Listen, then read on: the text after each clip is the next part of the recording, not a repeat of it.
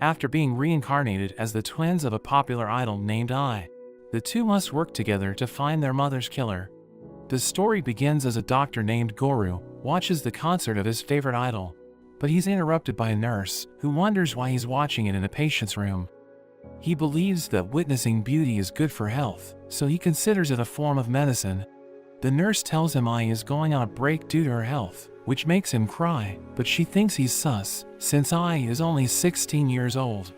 He mentions that when he did his residency in the hospital, he used to slack off in a patient's room. During that time, he met a girl named Serena who was a huge fan of Ai, and she mentions that if she could be reincarnated, she would want to be just like her. He thinks the idea of being reincarnated is nonsense, but she mentions that she always wanted to be a celebrity's child. He thinks there's no need for her to be reincarnated, since she's already pretty, so she should become an idol when she's discharged, and she hugs him, asking him to marry her, but he tells her she should ask again once she's older.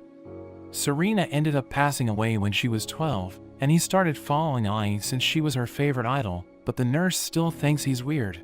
She wonders if he's just using Serena's name to hide his perverted desires, but he assures her he's supporting Ai with a pure heart. She asks him if he would want to go out with Ai, which leaves him speechless, and he tells her to get back to work. As he goes to his office, there's a girl there for her first checkup, but he realizes she's about 20 weeks pregnant, so it's quite late for the first assessment. The girl is 16 years old, so he asks the man next to her named Ichigo if he's her father, but he explains that he's just her guardian since she grew up in a foster home. The girl removes her hat as he realizes she's Ai, and Ichigo wonders if there's a chance she's just constipated, but he explains that it's impossible. He goes outside to prepare for her tests, but as he steps out, he starts freaking out since he just saw his favorite idol, and he listens to them talking about who the father is, but she refuses to say anything. After taking her tests, he tells them she's 20 weeks pregnant and is expecting twins. Ichigo explains that if the news of her getting pregnant goes public, her career in his agency will be finished, so he wonders if she's really planning on going through with it.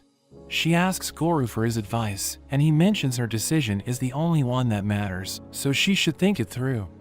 At night, Guru thinks that if Ai has children, he won't be able to see her reach her full potential, but he decides to keep supporting her.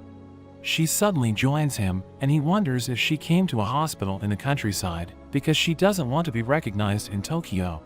She wonders how he knows about her, since she never told him about her job, and he explains that he had a patient who was a fan of her.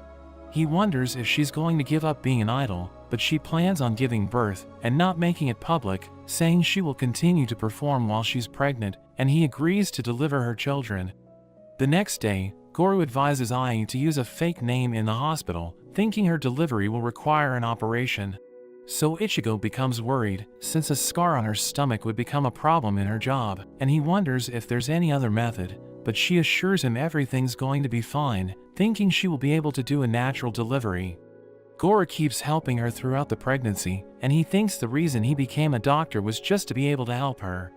The expected day of the delivery arrives, and before Goro heads home, he tells her that if he can't make it in time, another doctor will attend to her, but she wants him to be with her. He steps outside the hospital, but he's interrupted by a mysterious man who asks him if he's Ai's doctor. He's surprised when the man mentions Ai's family name because it hasn't been revealed to the public, and as he confronts him about the situation, the man suddenly starts running away. Goro tries to catch him, but the man pushes him off a cliff, which seriously injures him. He hears his phone ringing and tries to get to the hospital because he promised to be there for Ai, but he isn't able to get up. He remembers what Serena said about being reincarnated, and as he passes away, Ai gives birth, and he's reborn as one of her children. He starts living his new life as a baby named Aqua, but he's still confused by what happened because he still has memories of his previous life. He plans to solve the situation, but for the time being, he decides to enjoy his new life. He was born with a twin sister named Ruby, and he wishes he could switch names with her, since he doesn't like the one he was given. Ichigo visits Ai, and he tells her what she needs to do moving forward, because she plans on returning to her idol life. He mentions that the first step towards her comeback is to be on a music program, and while she's working, his wife Miyako will take care of the twins. but she wonders why she can't take her children to the studio, so he explains that if the news of her current situation gets out, her career in his agency would be over. After that, Aqua watches his mother on the TV and is relieved she's holding herself together, but he spits out his milk when she accidentally mentions one of her kids, but she manages to cover it up. Ai's group called Bikamachi is about to perform, and the broadcasting staff isn't excited because they all think the group is average, but when they start performing, everyone's amazed by them. Aqua thinks Ichigo is crazy to have Ai perform live, because his agency will be destroyed if the truth about her gets out, but Aqua enjoys watching her performance. Ruby wakes up, and she also turns out to be Ai's fan. Aqua knows that she's also someone who got reincarnated, because he saw her fighting against Ai's haters online. She's angry at him for not waking her up to watch their mother's performance, but he tells her he tried to wake her up several times. The next day, Ai tries to breastfeed Aqua, but he refuses and drinks his milk from the bottle. He thinks being breastfed is crossing a line, but Ruby has no problem with it. Ai kisses them goodbye, and Aqua tells Ruby to show a little restraint, but she believes it's her right, reminding him that Ai is their mother. He wonders if she was a girl in her previous life, and when she tells him yes, he thinks it's okay for her to be breastfed. She starts crying because she wants a diaper change, and as Miyako attends to her, she wonders why this has become her job. She married Ichigo because she thought she would be working with handsome guys, but she's stuck babysitting the twins instead. Ruby thinks she should be happy because she's serving Ai, but Aqua understands her feelings. She realizes she can make profit by selling the news of Ai's babies to a magazine, so she starts taking pictures of their health records. But Aqua starts talking to her, saying he's a divine messenger, but she thinks she's being pranked since babies can't talk. She tries to touch Ruby, who suddenly stops her, saying she's a goddess. She tells Miyako it's her duty to take care of them, and she will be punished if she exposes their mother's secret. So she freaks out, but Ruby tells her that if she behaves well, she might have a second marriage with a handsome actor, so she promises to take care of them. After that, Aqua praises Ruby for her acting and wonders if she performed in a theater in her previous life, but she reveals it was her first time acting, so he thinks she has talent. At night, as Ruby is sleeping, Aqua puts a blanket on her and thinks she's just like Serena. She wakes up, wondering if he called her name, and she thinks he could be Goru, since he knows her name from her previous life. A few months pass, and Ai isn't making as much money as she thought, but Miyako tells her their agency's profits are slim. She mentions she would be fine with what she's making if she were alone, but she has to earn more to provide a good life for her children. Ai leaves for her lessons, and Aqua asks Miyako why his mother isn't getting any better jobs, even though Bikamachi is one of the top groups. So she explains that in idol groups, dozens of people work together because it's difficult to do everything alone. So they need to split the profits, and she mentions that Ai can't get rich unless she's able to succeed without her group. They go to Ai's mini concert, but Miyako tells the twins not to stand out, and Ruby says she's only there because she's worried about her mother. The concert begins, and Ai is distracted because she thinks about a hate comment she read before the performance, which mentioned that her smile was fake. But when she sees her children cheering her on, she forgets all of her worries. The video of them dancing goes viral, and as Ai reads through the comments, she sees the same person who was hating on her. He praises her smile, since he thinks the reaction she showed to the kids dancing was genuine. After a year, the twins grow up, so they can now talk openly without being considered suspicious, and Ai has been taking on different gigs. She has a job to act in a drama, and on their way to the studio, Miyako reminds the twins not to call Ai their mother in front of anyone. At the studio, Aqua runs into the director Taishi, who tells him not to interrupt the filming.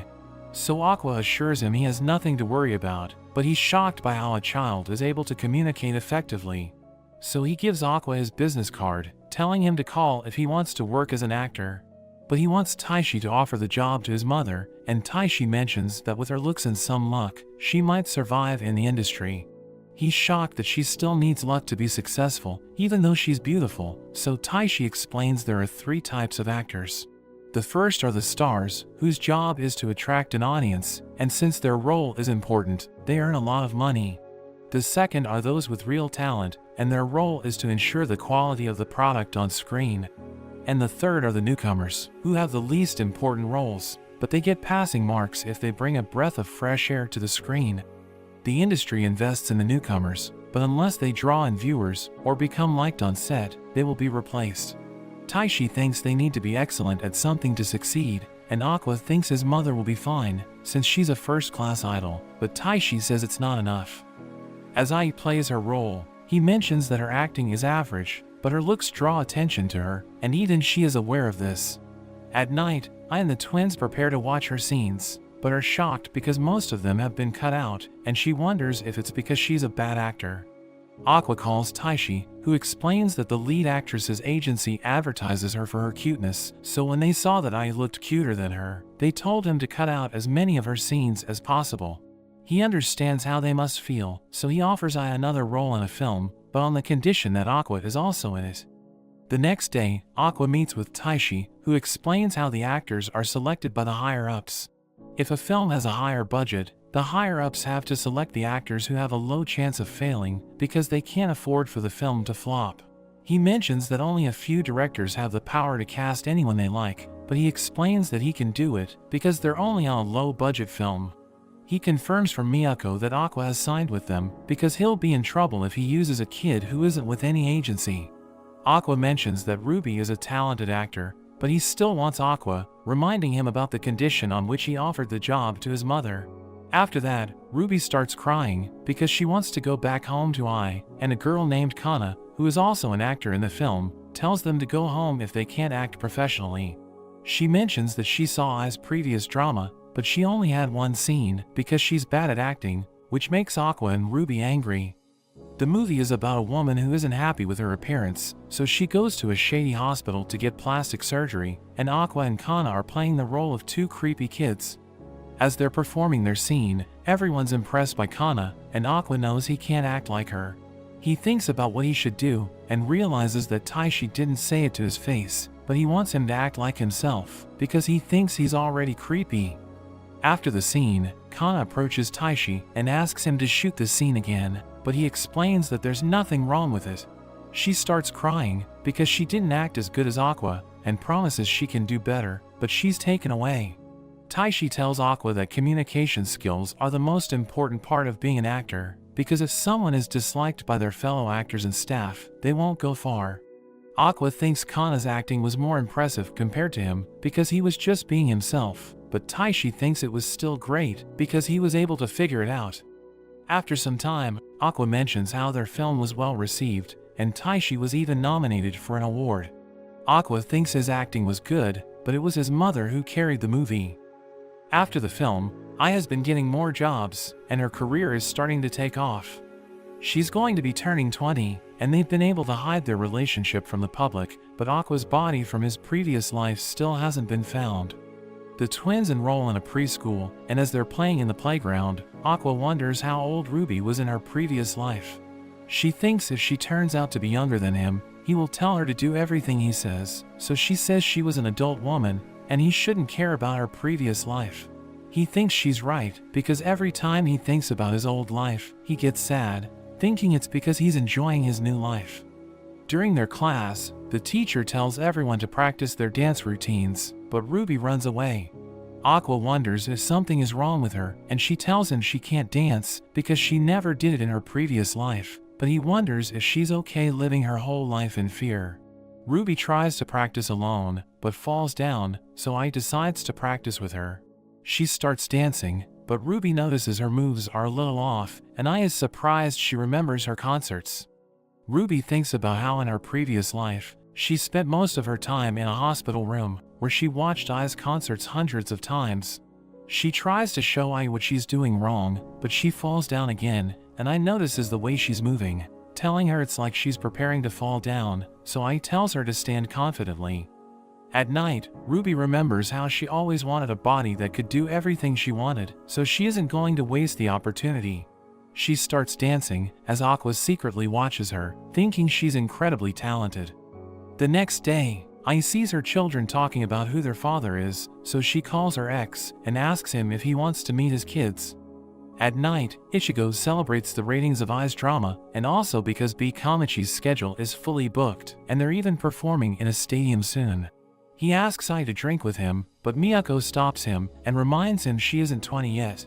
Ichigo is celebrating so much because it was always his dream for an idol from their agency to perform at a stadium. Ai wonders if stadiums are really that special, and Miyako explains how only a few people manage to perform at a stadium because it doesn't only require money but also a large commitment for staff. Ichigo mentions that it's an important period in all their careers, so Ai shouldn't be involved in any scandals, and he advises her not to meet the children's father. She assures them she won't do such a thing, but she thinks about how she's a compulsive liar, and without even thinking, she always says whatever fits the situation. In a flashback, Ichigo approaches Ai to become an idol, and she tells him about her horrible past, thinking it would scare him away. She says she has never loved anyone, so she can't become an idol because she wouldn't care about her fans. But he explains that the job isn't for normal people, and her background gives her individuality, but she mentions how idols are always saying they love their fans, so if she said it, she would be lying. He tells her that fans prefer pretty lies, and he thinks if she just sings and dances while looking cute, it's an expression of love for them. He believes that if she keeps saying she loves her fans, eventually it might turn into the truth, so she decides to become an idol, hoping she would find something she can actually love. We return to the present, as Ai notes that she has never told her children she loves them. On the day of the concert, the doorbell rings, and Ai thinks it's the president, but as she opens the door, it's the man who killed Aqua in his previous life. He stabs her with his knife, and says she never cared for her fans, thinking she always lied about how she loved them. He tells her how she isn't capable of loving anything, but she explains that when she was singing her songs, she hoped her lies would become the truth, and she would really be able to love them.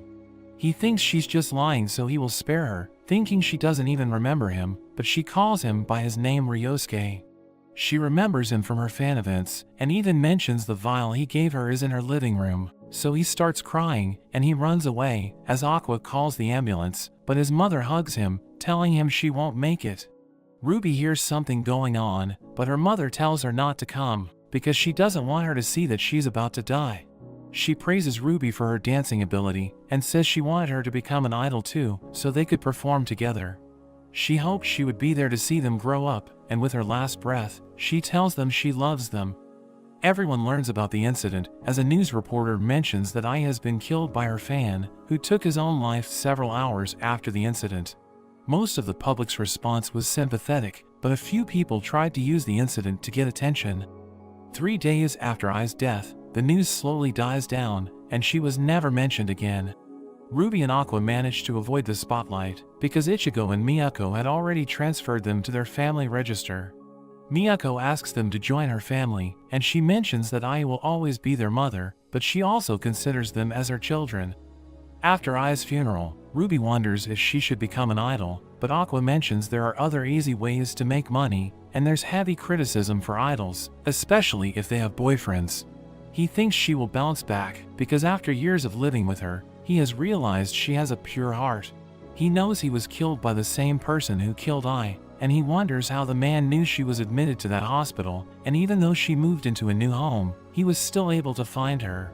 Aqua knows that Ryosuke was a student who had no special skills, and he couldn't have found all the information on his own, so Aqua thinks someone close to her was helping him. He believes their father is the one behind everything, knowing she kept him a secret, but considering how small her social circle is, he thinks their father must be in the same industry. Aqua realizes they share the same blood, so he's planning to use a DNA test to help him find his father. He lost all hope in life, but he now has a new goal, which is to find his father and kill him. Aqua meets with Taishi, who knows what happened to his mother, so he doesn't know what to say, but Aqua tells him he wants to be raised by him. 10 years later, we see Ruby in her school, where she talks with her friend about the auditions for an idol group she applied for, and she's hopeful she will pass the test, because she wants to be like her mother. At home, Aqua tells Ruby it's okay to dream big, but she also has to prepare for the high school entrance exam. She mentions when she becomes an idol, she will get into high school no matter what her academic results are, but he tells her she should look at reality instead of just dreaming. He mentions that idols have a low salary, and most people don't survive in the industry, but she thinks if she lives in fear, she won't be able to achieve anything. He leaves to meet Taishi, and she thinks he has changed since their mother's death. She notes that he doesn't enjoy anything, and she thinks he's up to something with Taishi, but he won't tell her what it is. After Ai's death, Ichigo left the agency, so Miyako had to take over, but without Ai in the group, B. Komachi disbanded, and the agency is now managing internet celebrities. Ruby wonders why they aren't making another idol group, so Miyako tells her it isn't easy, thinking they just got lucky with Ai, because they can't find someone who can replace her. Ruby receives a call about her audition, but she learns that she's been rejected, so she starts crying, and Miyako tells her that politics are a part of the industry, so she can't expect her ability to be judged fairly. But we see that Aqua was the one who called Ruby from Taishi's phone, and he asks Aqua what he's going to do if the agency calls her themselves. But he reveals that he has already texted them using Ruby's phone, so they think she's no longer interested to become an idol, and he adds that he blocked their number in her settings. Taishi wonders why he's trying to crush his sister's dream, but he says he won't let her follow their mother's footsteps. Ruby gets scouted by an agent, but Aqua and Miyako are suspicious that the offer isn't real, so she tells them she has been invited to watch the idol group's concert, and they will go over the contract afterwards. After she leaves, Aqua says he has to do something to stop her, and Miyako knows he doesn't want her to end up like their mother, saying she also wants to protect her, but she doesn't want to stop her from chasing her dreams. He mentions that there are good and bad underground idol groups, so he decides to investigate the one Ruby has been scouted for. Aqua approaches a girl named Lana, who is signed with the agency that scouted Ruby. He tells her they want to offer her a proposal, but she needs to give them her current contract terms. So she explains everything, and mentions she's making less than 100,000 yen per month. He wonders if she has any problems with the group, so she tells him the manager isn't being fair, because he's only promoting the girl he's dating. After she leaves, Miyako thinks they shouldn't trust everything Lana said, because due to the jealousy of the girls, she might be spreading false information. But Aqua still doesn't want Ruby to join the group, because he doesn't trust them. The next day, Ruby is excited to finally become an idol, and Miyako tells her all the bad things that come with it. But she doesn't care, saying she wants to follow in her mother's footsteps, so Miyako asks her to sign with their agency, telling her they're going to create a new idol group. Miyako makes her sign a contract, and asks Aqua not to be mad, since it's required for her to get into the performing arts department in high school, but he says he was never against it. Aqua goes to Taishi's house, where he helps him with his film production, and we learn that he's too young to work formally, so he's acting as Taishi's apprentice. He mentions that Ruby is about to become an idol, but Aqua thinks it's okay, because their family is managing the group. Taishi recalls the time when Aqua came to him to become his apprentice, and he thought Aqua was serious about becoming an actor.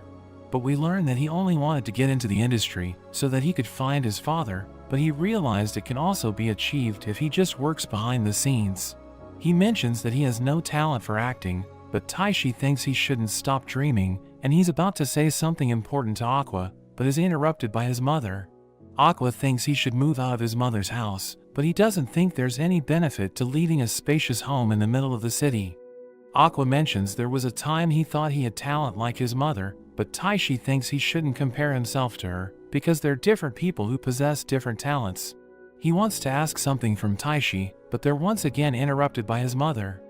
At the U2 high school, we see Aqua and Ruby having their interviews, and we learn that Ruby applied to the performing arts department, while Aqua picked the general knowledge department. After their interviews, they start talking about how everything went, but they're suddenly interrupted by Kana, who has also applied to the school.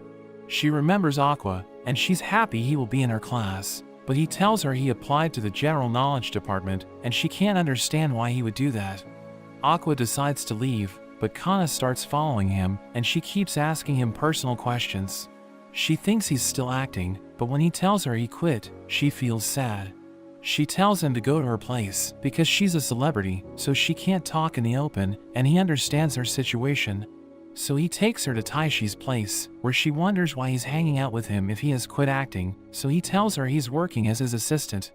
As they're having dinner, Kana is surprised that Taishi is still living with his mother, but she reveals that she's jealous because her parents live in the countryside, and she's living alone in her dorm. She wonders if he has any recordings of Aqua's performances, but he tells her if she wants to watch it, she will have to convince Aqua, who doesn't want anyone to see it. She mentions that she's working as the lead actress in a show, and there's one role they haven't filled, so she can talk to her higher-ups to cast him, but he isn't interested. Taishi asks her the name of the show, so she tells him the title, and Aqua recognizes it because of its popularity. She again asks him if he wants the role, because the director Kaburagi is fond of her, and Aqua recognizes him. We learn that his mother left behind 3 phones when she died, and Aqua investigated them, so he knows that 2 of them were normal, and they only had interactions with the people from the agency.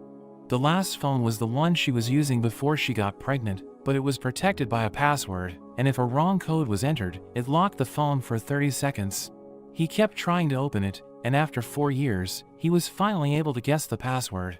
He looked through the contacts saved on the phone, realizing they're all from the entertainment industry, and one of them was Kaburagi. Kana keeps trying to convince him, telling him the male lead actor has a feminine face, and when he finally says yes, she thinks it's because he wants to meet the actor she mentioned, wondering if he's interested in men. She calls the producer, who thinks Aqua has potential, so he accepts her request. Miyako tells Ruby the news, and she thinks he's trying to fulfill Ai's dying wish because she wanted him to be an actor, but he only wants to get Kaburagi's hair to find out if he's their father. Miyako mentions the series Aqua has been cast in, saying it already has 6 episodes, and he will only appear in the finale as a villain. They decide to watch the episodes, but they realize it's boring, and the acting was bad, so they stop watching it. Ruby is confused, because the manga it's based on has a different story, and Miyako thinks many of the important aspects of the story were cut, because the team was trying to cram all the volumes of the manga into a single season. She adds that there are a lot of newcomers in the cast, which explains why the acting was terrible, and this surprises Ruby, because she thought Kana was a good actor. The next day, Aqua tells Kana what Ruby said about her, and this makes her angry, because she thinks she's an excellent actor. Aqua wonders why her acting was bad, and she reveals that the show is just a way for production to sell their up-and-coming models, so they're filling up the cast with handsome boys to hook their female audience. But they knew that the show would flop if it didn't have any good actors, so they hired her for the role. But she's holding herself back, because if she acted to her full potential, the other actors would look bad. She reveals that she wants to put everything into acting, but she knows a good performance doesn't always lead to a good product. She mentions that the show's production is biased towards the sponsors, so there's no way it can be entertaining, saying even the original manga's artist was disappointed when she came to the set of the first episode. But everyone's giving it their all, and they're trying to make the show watchable, so she decides to act worse for the team. Aqua tells her it will affect her reputation as an actor, but she thinks that people's skills are also important in the industry. She mentions that when she was younger, she only wanted to show off her skills, and she didn't treat anyone with respect, so everyone found her obnoxious. But she now realizes how important people's skills are, so she has become someone who's easier to work with, and will contribute to the quality of the production. She mentions that the previous actor for Aqua's role decided to quit, so their schedule is a mess, and they don't have time to do a read-through, but she begs him to help her make the show successful. After that, Aqua rewatches the show, as he notes that it looks hopeless because the actors are terrible. But he realizes that the production is trying to make the show watchable, and Kana is a talented actor, so he thinks there's still hope. The next day, Aqua is at the rehearsal set, and Kana mentions that the team has the site for only a day. So the rehearsal process has been sped up, which means they will only get to practice once. He thinks even Taishi is more organized compared to them, and she explains that they're lacking both in time and budget. They're suddenly interrupted by the male lead Melt, and Aqua introduces himself, but Melt ignores him. Kana tells him to greet the producer, but while doing it, the only thing he's thinking about is finding a way to get his DNA. After the rehearsal of the first scene, Kana mentions that his acting was fine, but he thinks anyone can do the role with enough practice. He thinks she found his acting amazing when they were children, because there was a huge disparity between his physical and mental age. But the gap has narrowed, so he has become an average actor, and he apologizes for his poor performance. But she thinks his acting was good, since he put aside his ego, and portrayed the role according to the story's needs. He wonders why he hasn't seen her in any popular shows, and she mentions how she wasn't getting any offers, so she thought about quitting, but she decided to continue, and she's happy because her ability has finally been recognized. Kaburagi wonders when they're going to resume filming, because Melt has a photo shoot with a magazine afterward. So the director tells him they're almost ready, and Kana has been keeping the cast under control, but he mentions that she will follow anyone, so it's easy to cast her for any role they need. Her name is still known to the public, and after she left her agency, her talent fees are low, so he thinks they got lucky with her. But the only bad thing about her is she's picky about acting, and he says the show is only a promotion, so acting skills aren't required. Aqua hears their conversation, thinking it's hard for people to get judged based on their abilities. He takes Kaburagi's cigarettes, planning to use them for the DNA test, and he notes that his goal has been accomplished, but he decides to go out with a bang. As the rehearsal resumes, Kana remembers her past when she used to be considered a prodigy, but everyone stopped caring about her. But she never gave up, and finally became a lead actress. She knows the reviews of the show aren't good, but the scene they're rehearsing is an important moment in the original manga, so she wants to align herself with Melt and make him look good. But as they start acting, she realizes that his acting is beyond saving, but she's surprised that no one is saying anything, so she wonders if they even care about the acting. Aqua enters the scene as he walks in puddles, and the staff asks the director if they should stop since it's making noise, but he wants to keep going, thinking it's stylish. Kana is surprised by Aqua's acting, because he wasn't that good earlier, but he's now in character. He knows he doesn't have the aura to attract the viewer's attention, and he's not as talented as I, but he will use all the tools at his disposal to become more like her. He insults Melt, which makes him angry, and the director realizes Aqua is improvising his lines, but he doesn't stop the scene, and even wants to put him more in focus. Aqua knows the scene is an important point in the show, and its climax is when the lead actress bursts into tears, so he decides to do his best to make her shine. As she starts crying, he's surprised by how good she is, and he remembers it was her specialty when they were kids. After the scene, Melt apologizes to Aqua for hitting him during the scene, but he mentions that he got hit on purpose so that Kana could display her acting skills. On the other hand, the author of the original manga named Kichi watches the episode, but her staff doesn't want her to go through the pain because they think the show is an insult to her work. She didn't have any expectations for the show, but after seeing the last episode, she starts crying and is happy she agreed to the adaptation. But we learn that the show's viewership had dropped, and only the manga fans continued watching. So the last episode didn't gain traction, but within a small circle, it was considered a masterpiece. A farewell party is held for everyone involved in the show, and Aqua is surprised to see how many people were working on it. Kana mentions all their jobs depended on the cast, so they had to deliver and avoid scandals at all costs. She wonders if he has a girlfriend, but he tells her he doesn't, so she doesn't have to worry about him getting into scandals. They're approached by Kichi, who praises Kana for her amazing acting, and this makes her cry. Kaburagi talks to Aqua and mentions that the show wasn't profitable, but its main purpose was to showcase talents, so they were able to achieve their goal. Aqua thinks about the DNA test result, which proves they aren't related, but he still finds him suspicious. Kaburagi mentions that he looks like I, and he asks Kaburagi about his relationship with her, so he reveals that he used to send her work and even introduced her to good clients. He also told her about places where she could meet people in secret, which makes Aqua wonder who she used to meet with. Kaburagi doesn't mind giving him the information, but in return, he wants him to be a part of a reality dating show. We see Aqua and Ruby during their first day of school, and Kana tells them how their class schedule is more flexible compared to the other schools in Japan, but they still have to get passing marks, or they will repeat the year. Ruby goes to her class, and she's surprised by how beautiful everyone is, but she thinks she also looks good, since she has eyes jeans. She sits beside a girl named Minami, but is shocked by the size of her chest. After Minami introduces herself, Ruby immediately looks her up and sees she's a pin-up model. Ruby later introduces her to Aqua and wonders if he also made friends, but he says he isn't there to meet people. Ruby thinks he couldn't talk to anyone, so she asks Minami to also be friends with him, but he thinks she should worry about herself since she's in a new environment. Minami is nervous, but Ruby tells her what Kana told her, which is to treat it like a regular school. Aqua mentions that he saw good-looking students during the entrance ceremony, but thinks none of them are famous. Ruby mentions a popular actor named Shirai Frill, who turns out to be her classmate, but Aqua isn't interested in her, saying his favorite will always be I. They see her walking past them, so Aqua approaches her and asks her to get along with Ruby. She saw his acting in his latest show, and she thought it was good, which surprises Aqua, since the show wasn't that famous. She also recognizes Minami, which shocks Ruby, because she seems to know everyone. But she doesn't recognize Ruby, asking her about her career, but she reveals that she doesn't have one, so Frill tells her to keep working hard.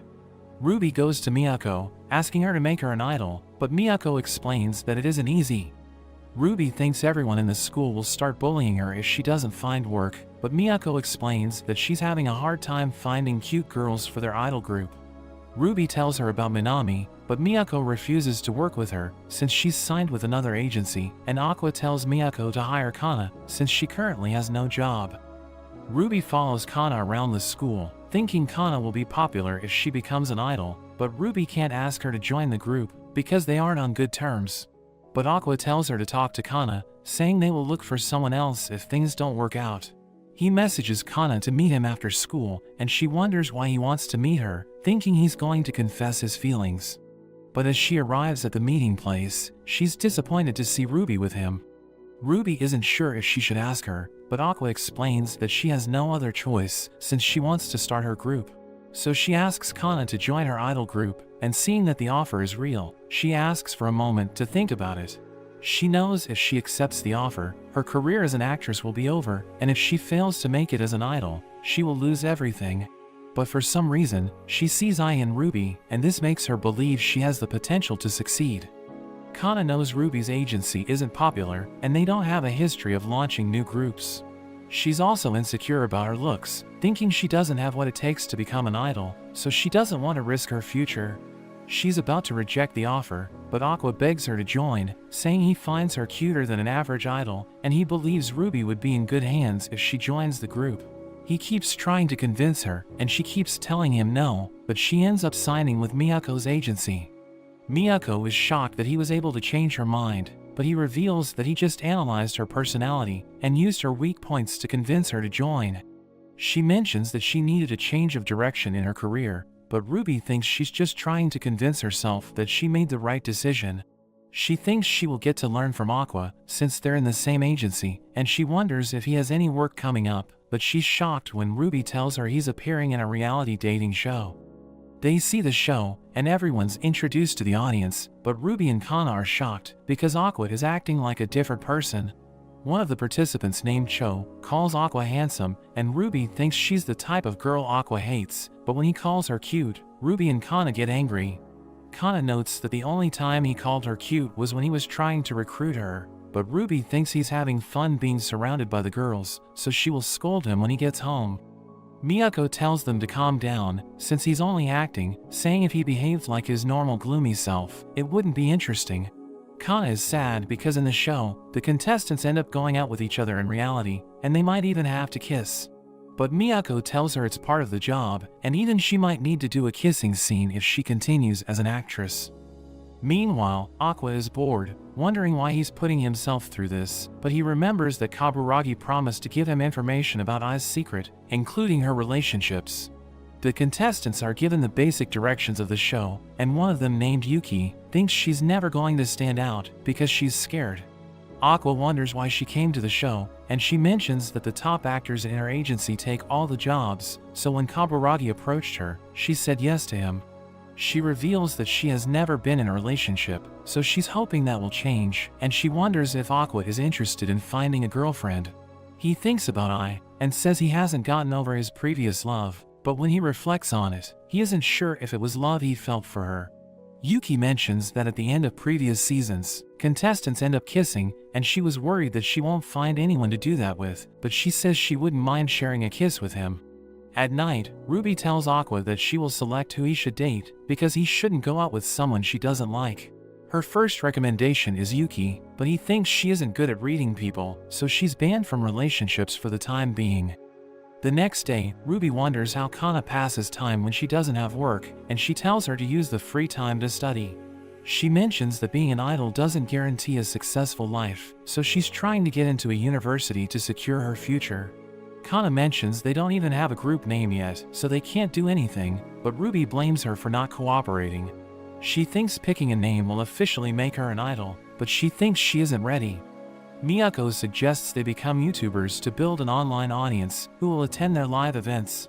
Kana doesn't think it will be easy, but Miyako mentions that the agency has a strong online presence with streamers under its name, and she has talked to someone who's willing to help them, so they should see what they can learn from him. A masked fitness YouTuber named Payan enters the room, but Kana thinks he's a pervert since he's only wearing underwear. She starts insulting him, but when he mentions that he makes 100 million yen a year, she quickly apologizes. He thinks the fastest way for them to gain subscribers is to collaborate with a famous YouTuber, and since they will work with him, they talk about what they should do to introduce them to his audience. He proposes a surprise morning visit since they're idols, and Kana is on board with the idea, but Ruby doesn't want to do it. They decide to wear masks and dance with him in his video, and he tells them that if they can keep up with him for an hour, they will be allowed to show their faces. They're able to fulfill the condition, and Payan praises them because he thought he would have to edit the video to make it look like they completed the challenge. He wonders what their group is called, and Kana tells Ruby to pick whatever name she likes, so she decides to use her mother's group name, Bikamachi. Yuki tells everyone she wants to quit the show because the boys at her school have been teasing her, and she's scared of showing her feelings to the whole world. Cho mentions that she feels the same since she makes a fool of herself before her viewers, and another contestant named Nobu also thinks about leaving. The viewers are shocked, wondering if Yuki is going to leave, but we see it was all a trick to get more views. Another girl named Akane wonders if Yuki will quit the show, but she notes that she can't because she signed a contract.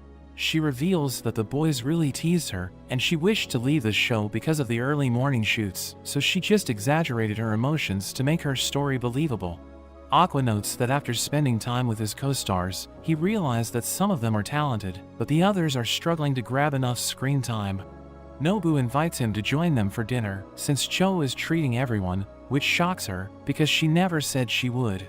Nobu reminds her that her channel has been growing lately, and she splits her profit 50-50 with her agency, while others only get a small fraction of the profits, so she agrees to treat them.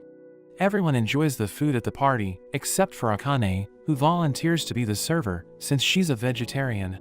She tells Aqua it's her policy to be the one using tongs whenever she's at a party, and despite not being good at it initially, she was able to improve over time.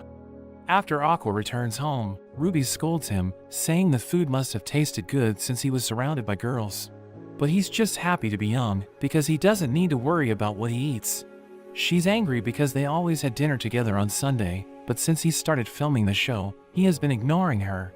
He says the show isn't as staged as he thought, because even though a few of the cast members are acting, most are only trying to portray themselves in a positive light. Ruby wonders if everyone is actually falling in love, and he thinks it varies from person to person. He reveals that he never watched reality dating shows, so he didn't know what to expect, but he was shocked by how real it is. Ruby thinks it's good if the show isn't staged, but he believes it's the case only for the audience. In the show, the pairing of Yuki and Nobu becomes the center of attention, as another contestant named Ken looks at them with envy, so it turns into a love triangle. That evening, Cho wonders if Aqua will also go after Yuki, because it's the only way to gain attention, but he plans on playing it safe until the show ends. He asks her what she's going to do, and she reveals that her main goal is to gain subscribers for her channel, but if Aqua really likes her, she won't mind if he makes a move, but he says he isn't interested. She's more worried about Akane, and we see her agency's president reprimanding her manager, because even though the show is gaining popularity, she isn't getting screen time.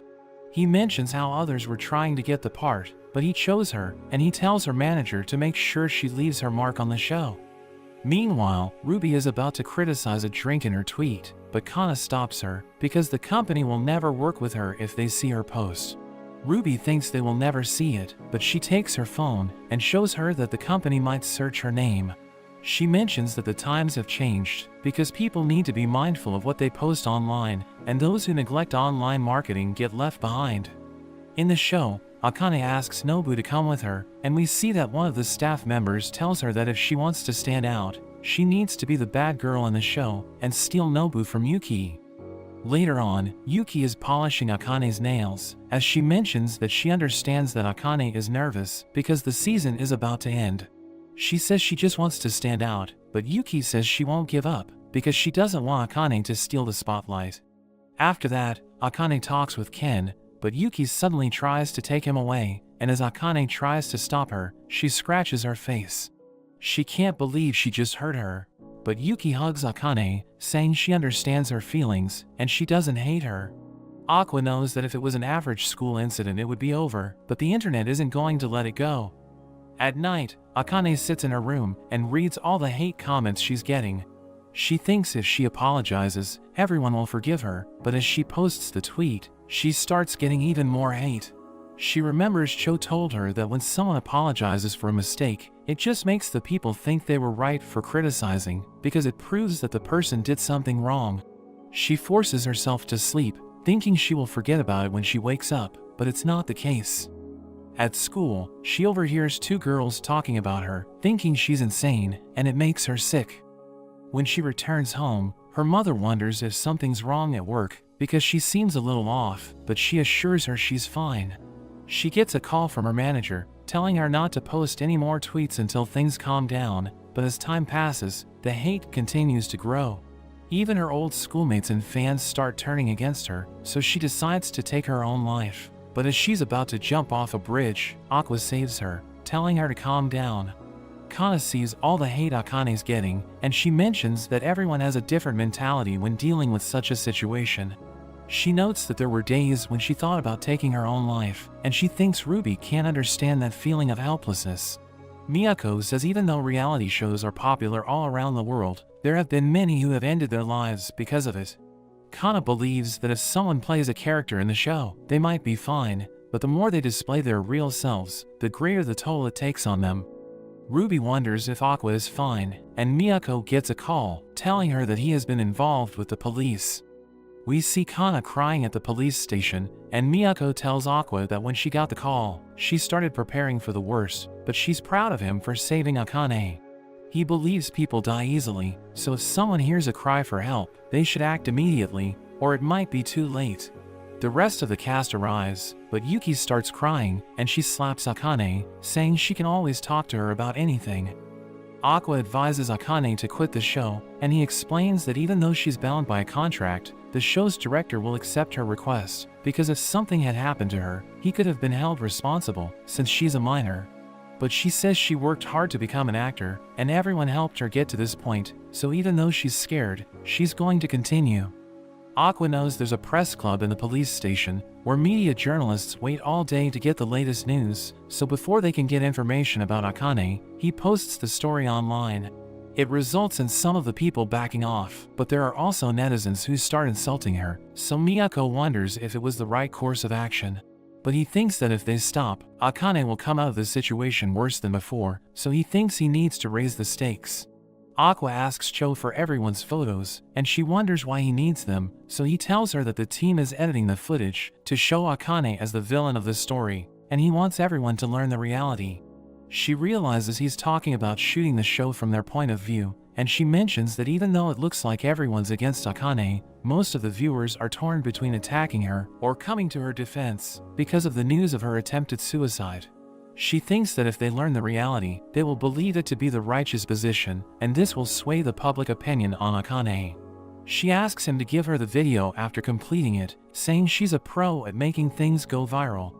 After that, Ken accepts Aqua's request to provide music for the video, and Yuki thinks they should include the moment when she hugged Akane after she scratched her face. Nobu mentions that it happened when the cameras weren't rolling, but Yuki calls him naive and reveals she knew where the fixed cameras were.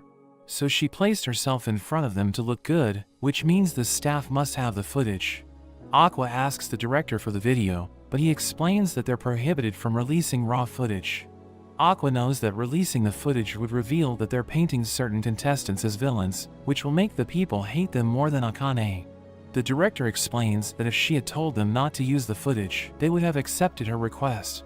But Aqua explains that she's only 17 years old, so she's going to make mistakes, but he's more surprised that the director didn't protect her. After that, Aqua completes the video, but we see that he's exhausted since the others kept bothering him. They post it on Twitter, hoping it gets retweets in the first few minutes, and they're happy when it starts doing well. Akane watches the video in her room and starts crying as the video gets 74,000 retweets in the first 24 hours, which not only changes the public opinion about her, but also solidified the popularity of the show. The online criticism dies down, but Aqua knows that even after 10 years, if something comes up about her, people will still bring up the incident. Akane meets with everyone, and she reveals that she's returning to the show from the next filming session.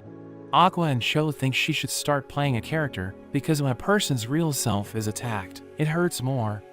They wonder what kind of girl Aqua likes, and he thinks about Ai, but as he explains her qualities, they think his description is too vague.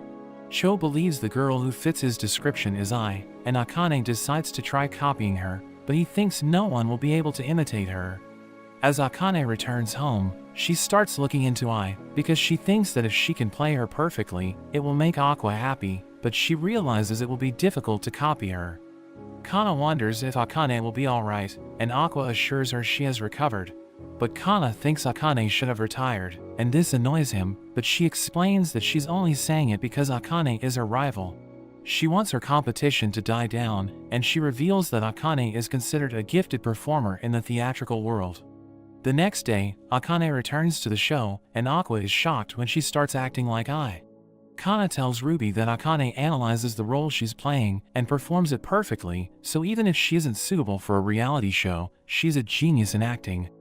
In the show, everyone's happy that Akane is back, but they find her different from before, and Aqua realizes she's getting everyone's attention because her charisma is just like Ai's. Cho realizes that ever since Akane returned, Aqua has been acting strange, and to test her theory, she asks him to give her the pouch next to him. He refuses, but when Akane tells him to do it, he immediately obeys, so Cho realizes he's only listening to what she's saying, and Yuki is surprised by how well she's imitating Ai. They tease Aqua, thinking he likes the new Akane, but this embarrasses him, and he suddenly walks out. They ask her if she will date him if he's really interested in her, and she mentions she wouldn't mind doing it, so they tell her to keep going after him.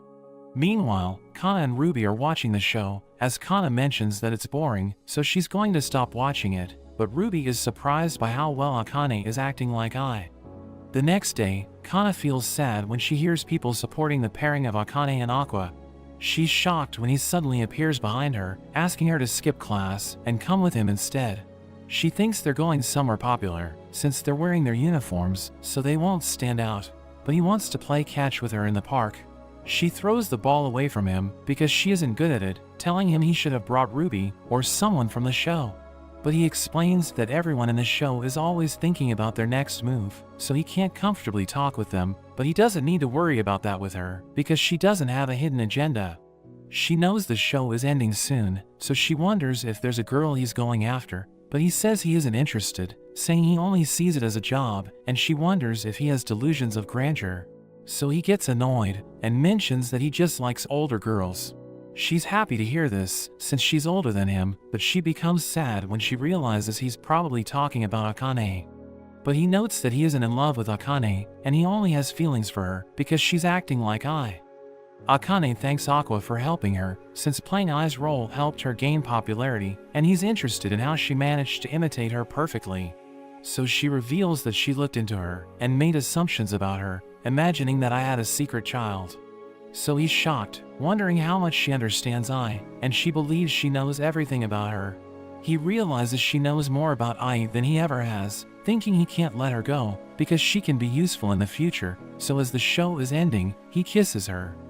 At the farewell party, the rest of the cast wonders if they will date in real life, and Akane says she has never thought about having a love life due to her job. Nobu thinks it's normal for a girl her age to have a boyfriend, and Cho teases Yuki for running through boyfriends, but she reveals she has never had one, since she always put her career first. They discuss how actresses are commonly criticized for having secret boyfriends, so a good thing about dating on a reality show is that it won't turn into a scandal. The director overhears their conversation, and mentions that the staff won't get involved from here on out, so they're free to do whatever they want. He reveals that a few couples from the show even got married, but there are others who kept dating for a few months just to make the relationship look real. Meanwhile, Aqua meets with Kaburagi, who reveals that releasing the raw footage didn't sit well with the higher-ups, and they even thought about suing his agency.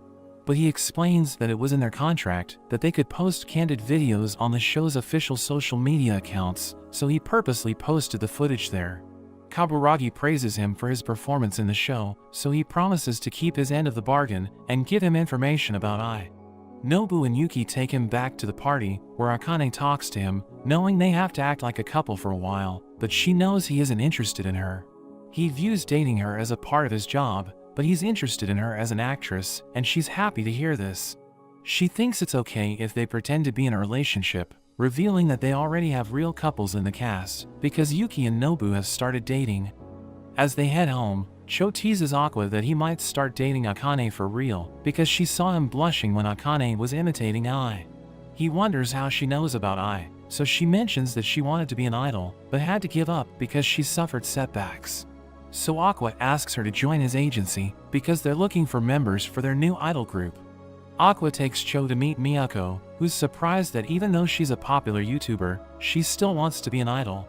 She wonders if Cho is signed with an agency, and she reveals that she works for a company, but isn't officially signed with them, so she's allowed to take on other work as part of her contract. Miyako knows she lied about her age, but thinks it's nothing to worry about, since it's normal for people to lie about their age in the entertainment industry. But she tells them her real age is 24, and they can't believe it, because she was just pretending to be a high schooler in the show. Her dream was to become an idol, but she was raised by a single mother who was struggling to make ends meet, so she thought it would be best if she looked for a job, but her mother told her to follow her dreams. She started going to auditions, and even made it to the final screening of an agency, but her mother suddenly got sick. So she started doing part-time jobs to support her family, which enabled her to send her younger brothers to college, and her mother also got better. But at that point, she had turned 23, and she couldn't apply for auditions because the agencies only accepted girls below the age of 20. She realized she couldn't chase her dreams anymore, so she started doing YouTube and portrayed herself as a high schooler. She thinks she can't become an idol anymore, but Ruby tells her it's not true, and Kana starts crying because she has also faced problems because of her age. They welcome Cho to the group, and Aqua asks Kana to take care of them, but she tells him not to talk to her because she's upset that he kissed Akane. The next day in school, Minami wonders how Ruby felt seeing her brother kiss Akane, and she reveals that she had mixed feelings. As they keep talking about the show, Frill overhears them and says she also watched it, saying she found it entertaining. She thought the cast was beautiful, but they're surprised that a celebrity like her is saying this, and she mentions that no one dislikes good-looking people. She says Aqua got her heart racing, and we learn that he's now popular with the girls, but they're just waiting because he's already in a relationship. B. Komichi's YouTube channel gains 10,000 subscribers, and Cho reveals that she used her channel to advertise their group, so it would have been embarrassing if they couldn't even get a few subscribers. She also wants to post a music video, and Kana explains that Miyako is asking a few artists for help, but they can't do anything until the music is finished. So she tells them to relax for the time being, but Cho wants to practice dancing to B. Komichi's old songs. After the practice, Kana is tired, wondering why she agreed to become an idol. Aqua gives her some water, and she's about to take it, but she remembers his kiss with Akane, so she tells him to go away. He notices that she has been ignoring him, and even though it seems like he doesn't care, her bad attitude might hurt him eventually. Aqua meets with Kaburagi, who wonders why he wants to know about Ai, so he says he's her fan. But Kaburagi tells him that when a fan learns about what their idol is really like, they always regret it, but he still wants Kaburagi to tell him everything.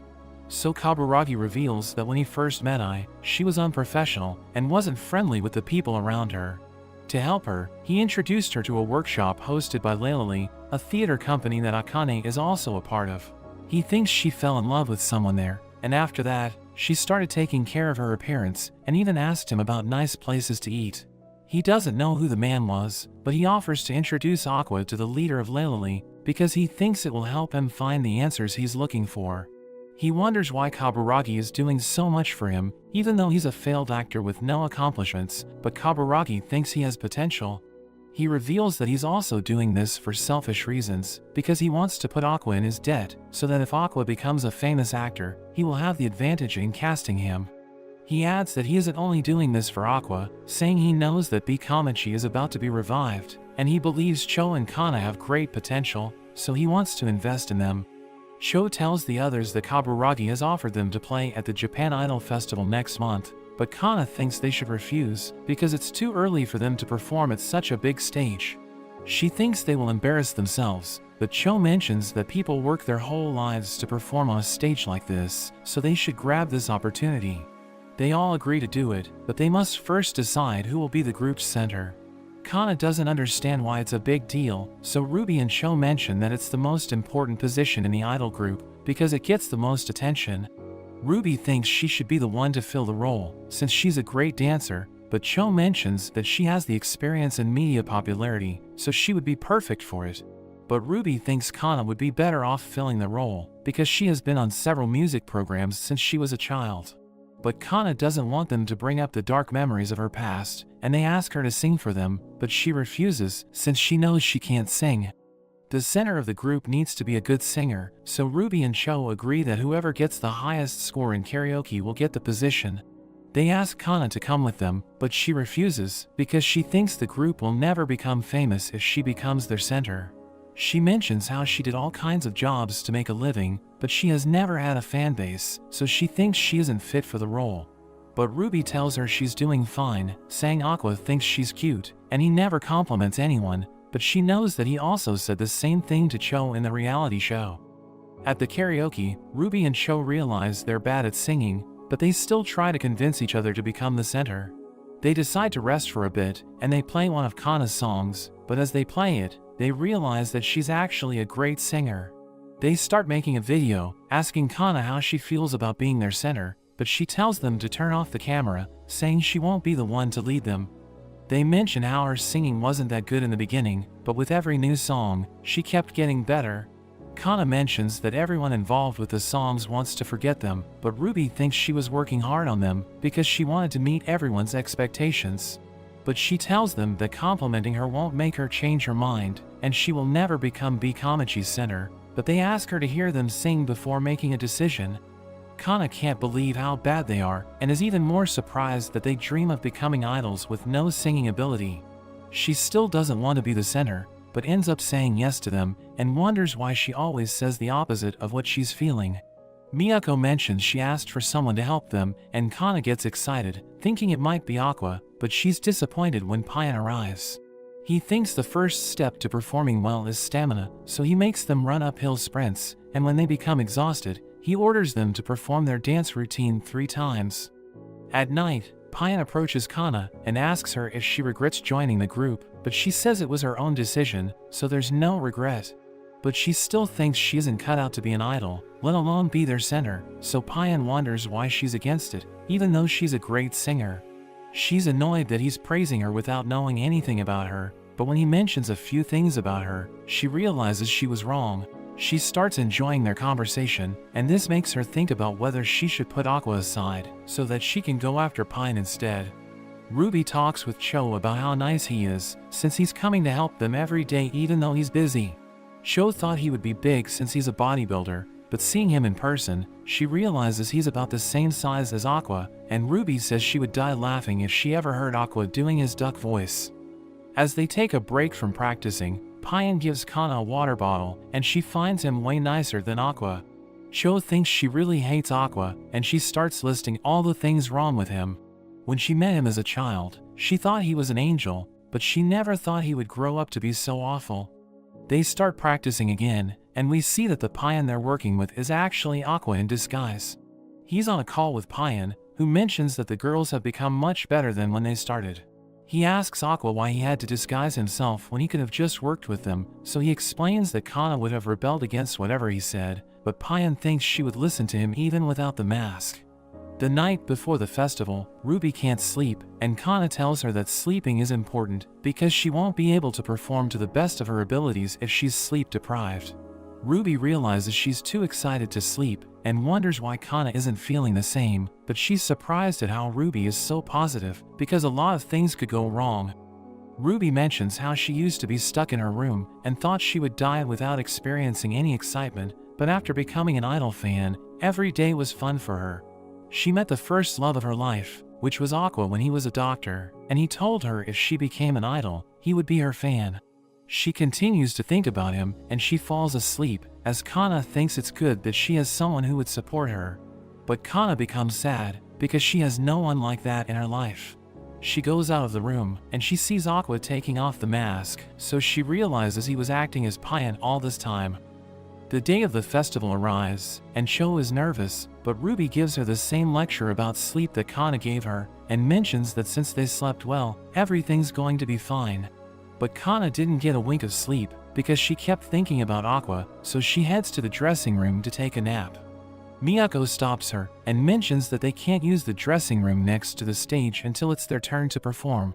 So she takes them to the general dressing room, where they're shocked by how many people there are. Miyako asks Kana if she's nervous, but she denies it, telling her she has been doing it since she was a child. She knows she must take care of the others, since she's the only one with experience, but she starts thinking about the dark moments in her life. She recalls that everyone was disappointed in her, and no one was there to support her, so her career fell off, and people started forgetting about her. But she knows she can't allow the negativity to take over her mind, or they will all fail. She's approached by Ruby, who says she's getting nervous, and she wonders if Kana feels the same way. She says she has been doing it for a long time, so she isn't scared, but Ruby knows she's lying, because her hands are cold. Ruby tries to calm her, telling her they're going to be together on the stage, so there's nothing to be worried about. But it's the exact reason why she's scared, saying she isn't afraid of failing alone, because she has failed countless times, but she doesn't want Ruby and Cho to experience the feeling of failure. Ruby notes that she doesn't know about her past, but calls her cute and hardworking, and she's still a rookie idol, so it doesn't matter if they fail, because what's important is that they enjoy their first performance. They get onto the stage, and Kana sees that a decent crowd has turned up to watch them perform, but she already expected this, since they have an influencer in their group. We see that before the performance, Ruby chose the red glow stick to represent herself, while Cho went with yellow, and Kana decided to pick white. Cho says the white glow sticks are considered special, so fans usually fight over them, and Ruby thinks it suits Kana, since she's not an idol fan.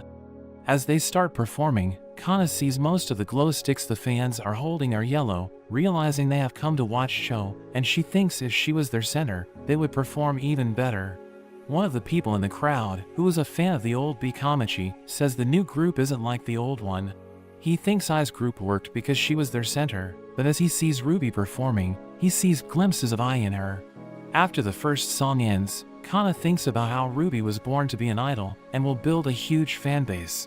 She feels jealous of both Ruby and Cho, because people have come to watch them, but no one is looking at her. During the second song, Kana recalls that for the last 10 years, she has just been asking one person to support her, because nobody believed in her. She has a lot on her mind, but when she sees Aqua cheering for them with all 3 of their glow sticks, it puts her mind at ease, and she performs to the best of her abilities. As they go home after the festival, Kana wonders what Aqua thought of their performance, and he says it was good for their first time. She wants him to give them more credit, but he says they will go on more amazing concerts in the future, so he can't just give them excellent reviews from the start.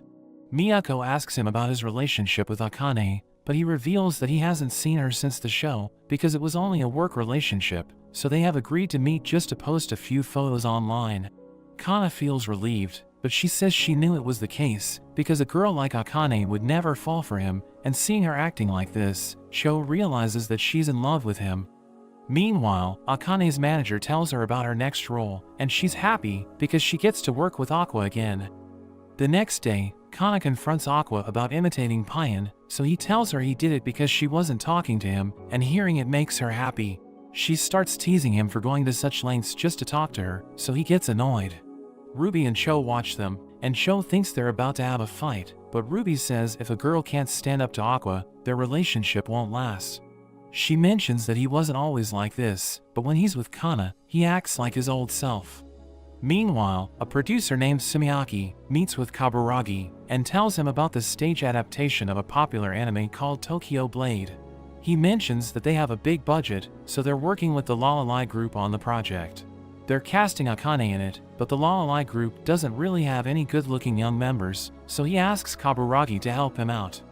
Kaburagi says he knows a few people, but if he introduces them to him, he will need to repay him in the future.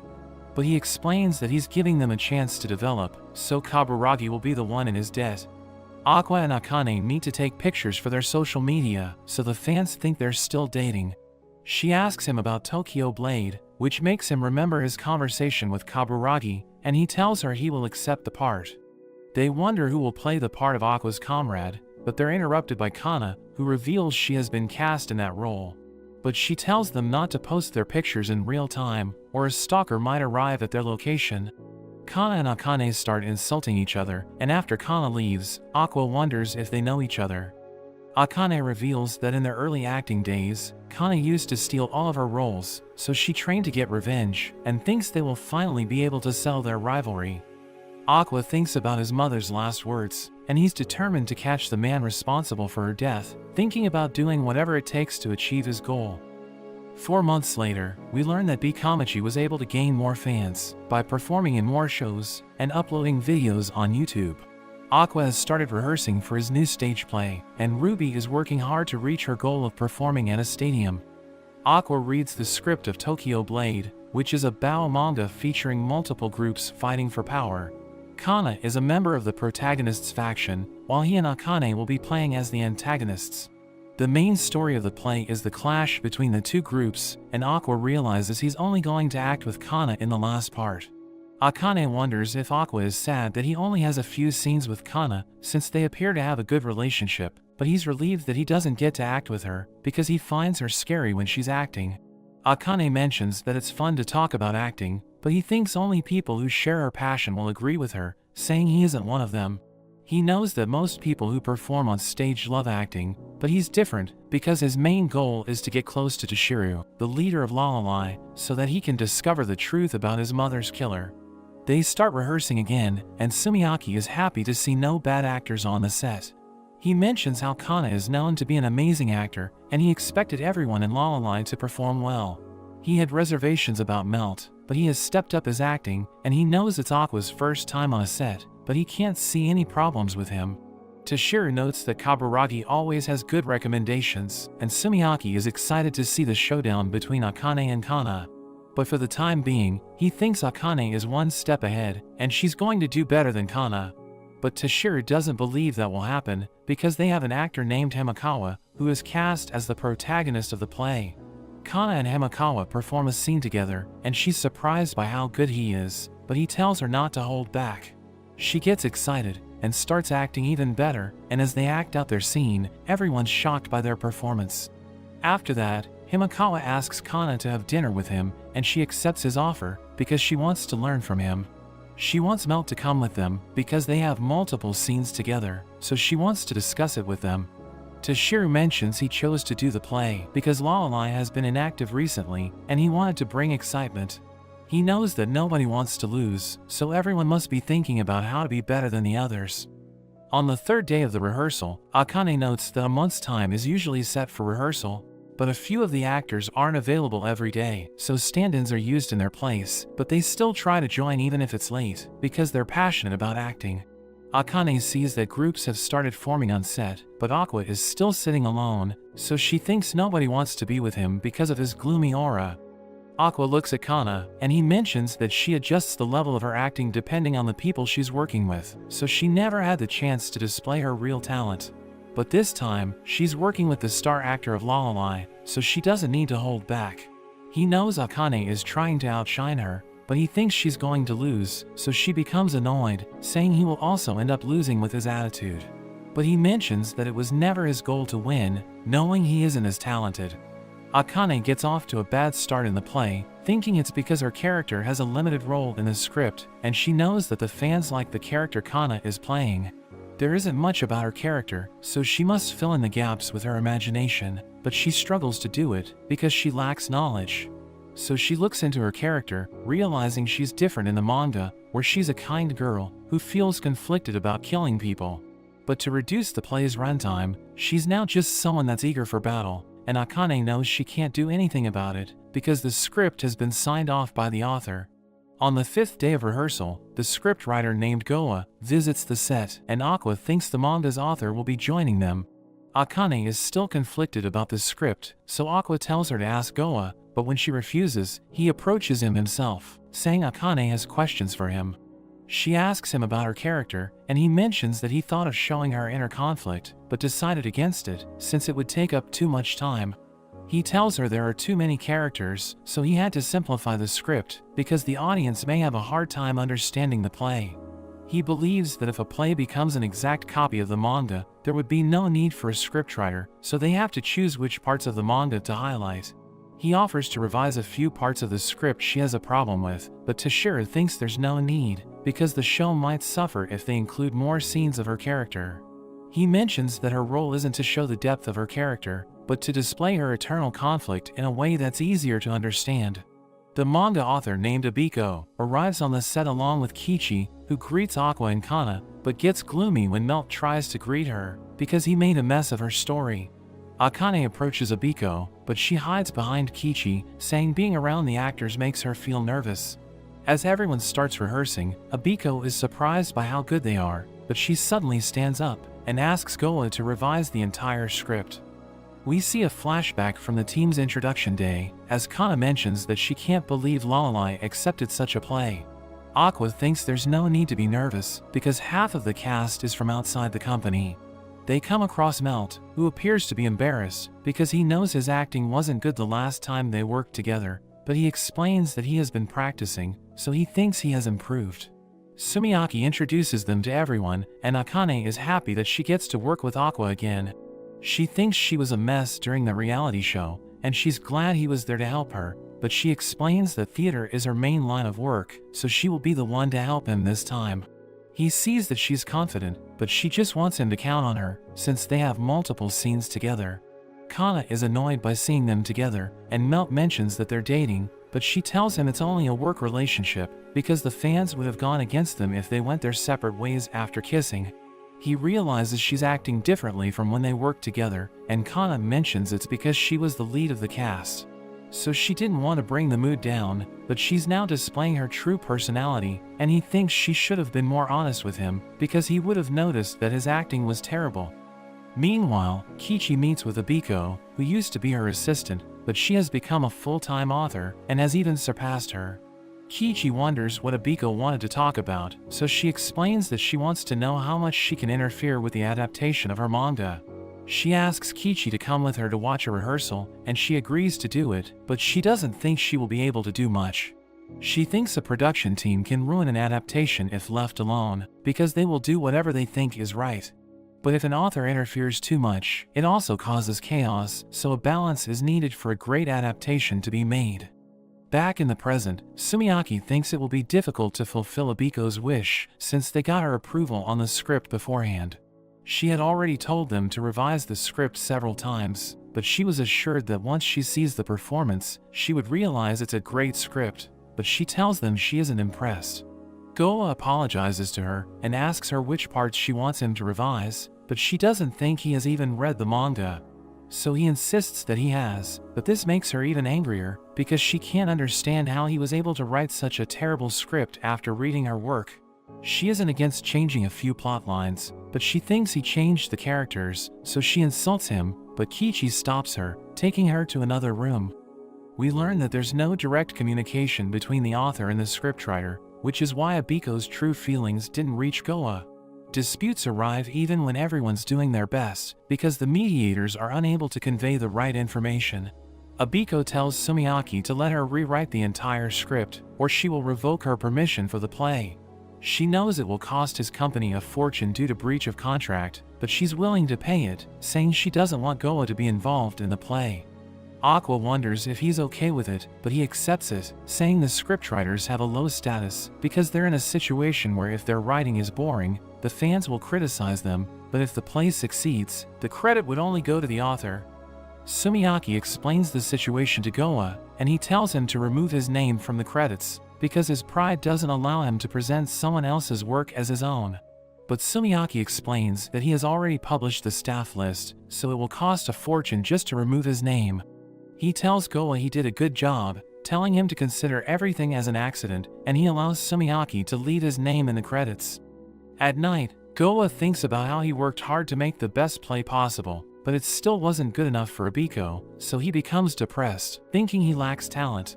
The next day, Toshiro announces that rehearsals are paused until they get new scripts, which disappoints Akane because she wanted to practice for the stage-around play. She's surprised when Aqua says he doesn't know what a stage-around play is, and he thinks movies are better than theatrical plays. But she wants to prove him wrong, so she decides to take him to a theater. We see Ruby in her school, as she tells Minami and Frill that Bikomachi has been featured in a magazine, so she thinks she can finally call herself an entertainer. But Frill thinks it's awkward to talk with someone who has a similar career, and Minami agrees, saying Ruby sounds like she's bragging. Frill mentions that an actor invited her to have dinner, but she rejected him because she heard he's a playboy, and Minami knows about his reputation because he asked her colleague to go on a date with him. But Ruby can't keep up with their conversation, realizing she's nowhere near their level. So she asks Miyako to give her a gig, but she explains that they can't perform until Kana's play is over. Kana joins them, and Sho asks her about the rehearsal, so she tells her what happened, saying it might be postponed for weeks. Meanwhile, Aqua and Akane head to a theater, where they watch a play, and Aqua is impressed with the performance, thinking it's amazing. After that, Aqua admits that it was far better than he expected, because the visual effects were impressive, and the seats can be rotated to ensure a smooth transition between scenes. He thinks everything about the show was amazing, saying he can now understand why Akane thinks theatrical plays are superior to movies, and she's happy to hear this, because she was worried that he wouldn't enjoy the experience. Sumiaki suddenly appears, revealing that he was the one who supervised the play, and he tells them he was observing the viewers because he wanted to know if they enjoyed the performance. Aqua asks him about the script, so he explains that Abiko still wants to rewrite all of it. But Aqua thinks Goa did a great job, and she just didn't appreciate it, because she doesn't know anything about theatrical plays. Sumiaki reveals that Goa wrote the script for the play they just watched, knowing he's incredibly talented, because his work never fails to entertain the audience. So Sumiaki doesn't want to let him go, but he thinks there's nothing he can do to change Abiko's mind. Akane wonders if Goa will be removed from the team, thinking his script was excellent, and Aqua thinks the problem is that he lacks direct communication with Abiko, but Aqua seems to have a plan. The next day, Aqua visits Kichi with his friends, and she starts drinking as she interacts with them. But Akane wonders why Aqua decided to visit her, so he tells her that Kichi might be the only one Abiko will listen to, because creators tend to become arrogant after they achieve success. So they will only take advice from a fellow creator, and he knows that Abiko used to work as Kichi's assistant, so he thinks she might be able to persuade her. Akane thanks Kichi for spending time with them, but she tells them she has plenty of free time because she only releases a new volume every month. Aqua asks her about Abiko, so Kichi tells him she's a weekly artist, and she's incredibly busy, saying that weekly releases are inhumane. Kichi reveals that she's socially awkward, so she never spoke to others, but we learn that an artist can tell an author's personality by looking at their work. So when Kichi read her manga, she realized that Abiko was lonely because she always wanted to have friends, but she was too shy to interact with others. So Kichi started hanging out with her, and they became good friends, but she was able to become popular overnight, and this made her arrogant. Akane thinks her editor needs to warn her, but Kichi reveals that the editor's job is to keep a series going, so that the company can milk it until it stops becoming profitable. The author's mental health tends to suffer because of the deadlines, and the editor needs to act as their babysitter, so that they won't stop working on the series. But this could affect an author's personality, because they aren't getting enough sleep, so they tend to act rude. Akane asks Kichi if she can persuade Abiko, so she reveals that she tried to talk to her after her recent outburst. But Abiko didn't listen to her, reminding her that the live-action adaptation of her manga was trash, so she thinks she can't put her trust in someone else. Kichi thinks there's nothing she can do to help them, but Aqua asks her to give something to Abiko. That evening, Kichi visits Abiko, who's working on her manuscript, saying she's behind schedule.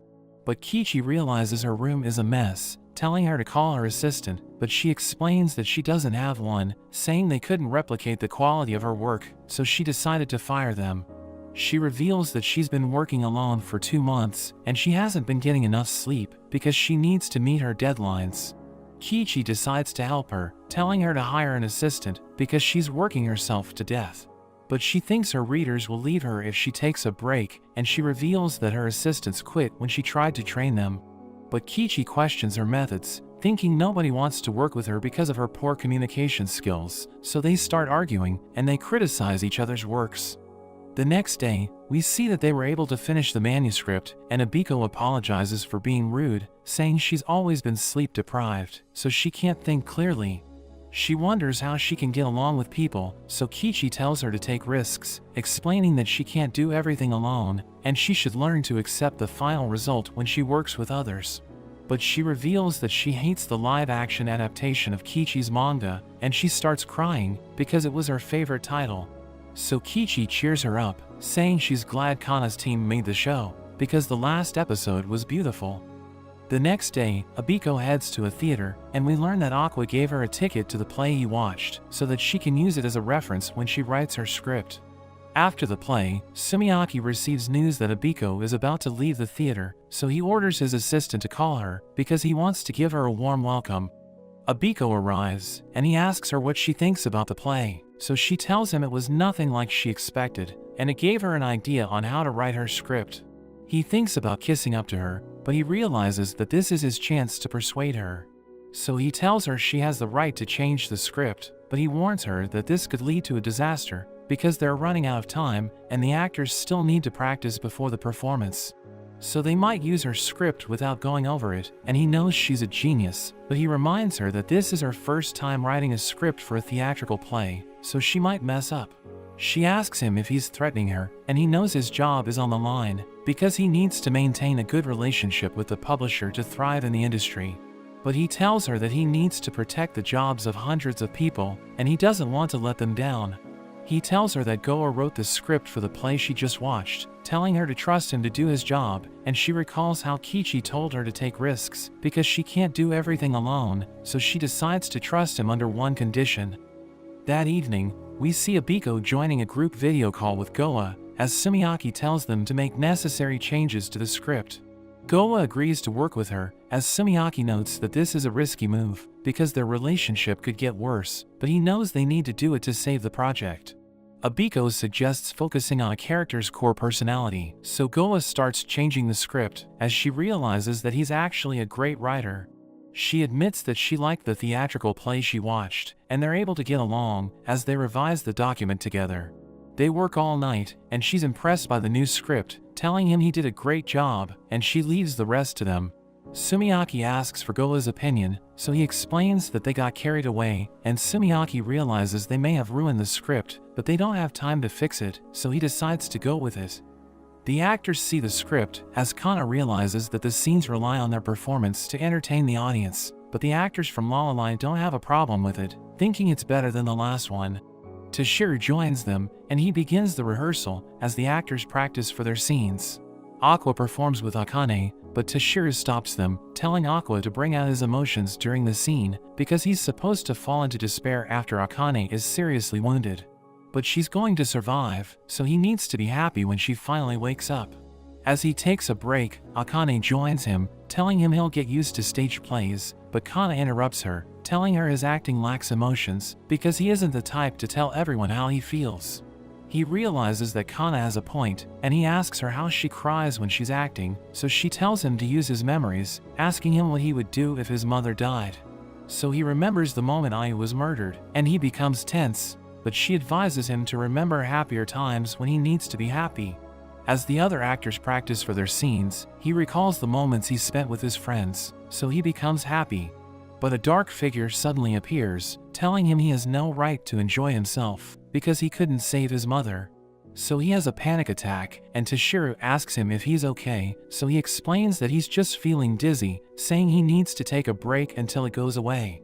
Akane follows him, realizing he needs to go home, so she tells him she's going to contact his family, but he stops her, saying he doesn't want Ruby to learn about this, because she has already moved on. But Akane tells him they need to contact someone to pick him up, so he tells her to take him to Taishi. They head to his studio, where Aqua falls asleep, and he can't believe Aqua has a girlfriend. She apologizes for bringing him without notice, but Taishi tells her it's okay, saying he's the only one who knows the situation. He tells her that Aqua was involved in an accident a long time ago, and he has a panic attack whenever he remembers it. So she realizes he has PTSD, and Taishi reveals that he was in counseling for a long time, But he didn't want his family to be worried, so he pretended that he has already recovered, but he still hasn't moved on. Taishi tells her to take care of him, so she stays by his side, as he has a nightmare about his mother's death. The dark figure blames him for what happened, telling him he could have prevented it, and he starts calling Ai's name. Akane hears this, so she realizes that he's connected to Ai, thinking he must be her secret child, and he has PTSD because of his mother's death. He wakes up, and he sees Akane crying, asking her what's wrong, so she explains that she just imagined something scary, thinking it must be the reason why he's always alone. So she hugs him, telling him she's going to stay with him no matter what happens. The next morning, Akane makes breakfast for everyone, but Aqua doesn't eat since he's still upset, so she tries to feed him herself. He gets frustrated and begins to eat, as she thinks about helping him like he helped her in the past. She realizes that he's Taishi's assistant, and Taishi mentions that if he wanted to become an actor, he should have focused on acting from the beginning. She wishes to see the recording of his childhood plays, and he allows it, which surprises Taishi because he doesn't usually allow anyone to see it. While watching the play, Akane mentions that Aqua's acting lacks emotions, and it seems he has already prepared his act. Taishi reveals that he had a panic attack during his performance because he pushed himself too far to show his emotions, and he still finds it difficult to express himself. He's skilled enough to act by connecting performances he has seen before, which is a great talent, but he still believes he's just an amateur. Akane wonders why Aqua joined the theater, but instead of answering, he asks her the same question. She thinks acting on stage is fun, but he tells her she won't understand him even if he reveals the reason. He wonders what she will do if his goal is to kill a higher-ranking person in the entertainment industry, and without any hesitation, she mentions that she will be on his side as his girlfriend, even if they're just a pretend couple. But in return, she wants him to help her defeat Kana and Himekawa, because if he doesn't, she might die of frustration. They show the script to Taishi, so he can help them act, and he mentions that if they want to make an impact, they must do emotional acting, so he tells them to join him after rehearsals. The next day, we see Melt disappointed by his performance, but he suddenly sees Ruby and Minami, who have come to meet Aqua. He reveals that Aqua is left with Akane, since rehearsal has finished, so Ruby becomes worried, because he always comes home late, even though his rehearsals finish early. Minami thinks he might be spending time with his girlfriend, which disturbs Ruby, but she thinks her brother won't do anything foolish. Ruby needs to use the restroom, and one of the actors named Kamoshida gets Minami's attention. She tells him she's an actress with the Cannon Fire Agency, so he mentions that he has friends there, suggesting they should exchange contacts, but it makes Minami uncomfortable. Melt suddenly shows up, and tells Kamoshida they need to attend an emergency meeting, so he leaves frustrated. But it turns out there's no meeting, and Melt lied to him, so he would stop talking to her. Melt explains that she's a friend of Aqua's sister, and they shouldn't be so reckless, because it can damage their reputation. But Kamoshida laughs at him, and mentions that if Himekawa said such a thing, he would have followed his command. But Melt isn't even talented, and is just there to ruin the show through his bad acting. After he leaves, Melt starts to cry, because he knows he's a terrible actor. Later on, Ruby tells Cho and Kana that she got a famous actor's contact, and it's none other than Kamoshida. But Kana becomes frustrated, because she knows he's a playboy, and even Cho thinks he's a creep, so Kana blocks his contact from Ruby's phone. The next day, Kana arrives for rehearsal, and she finds Akane staring at her, which makes her believe Akane must hate her. She takes out a magazine, and tells everyone she knows who inspired Akane to become an actress. She reveals that Akane looked up to her when she was a child, but unfortunately, Akane's feelings are one-sided, because she doesn't like her. After that, Akane tells Aqua she can't bear Kana, and wonders if he hates her too. He denies it, but he remembers that he also didn't like Kana when he first worked with her, and he mentions that he wanted to kill her because of her annoying personality. Himekawa regrets telling Kana about Akane's childhood idol, and Melt wonders why she hates her, so she explains that it has something to do with their pride as young actors. She believes she's the better actor, saying Akane has a different perspective on acting, which she doesn't like. She thinks that Akane's acting screams how her style is the only one that's correct, and she knows that the people love her, but she mentions that she doesn't want to lose to her. Melt wonders who will win, and Himekawa thinks that Kana will surely be the victor. Kamoshida again reminds Melt of his terrible acting skills, so he asks Kana for help, as Aqua and Akane head to Taishi's home for practice.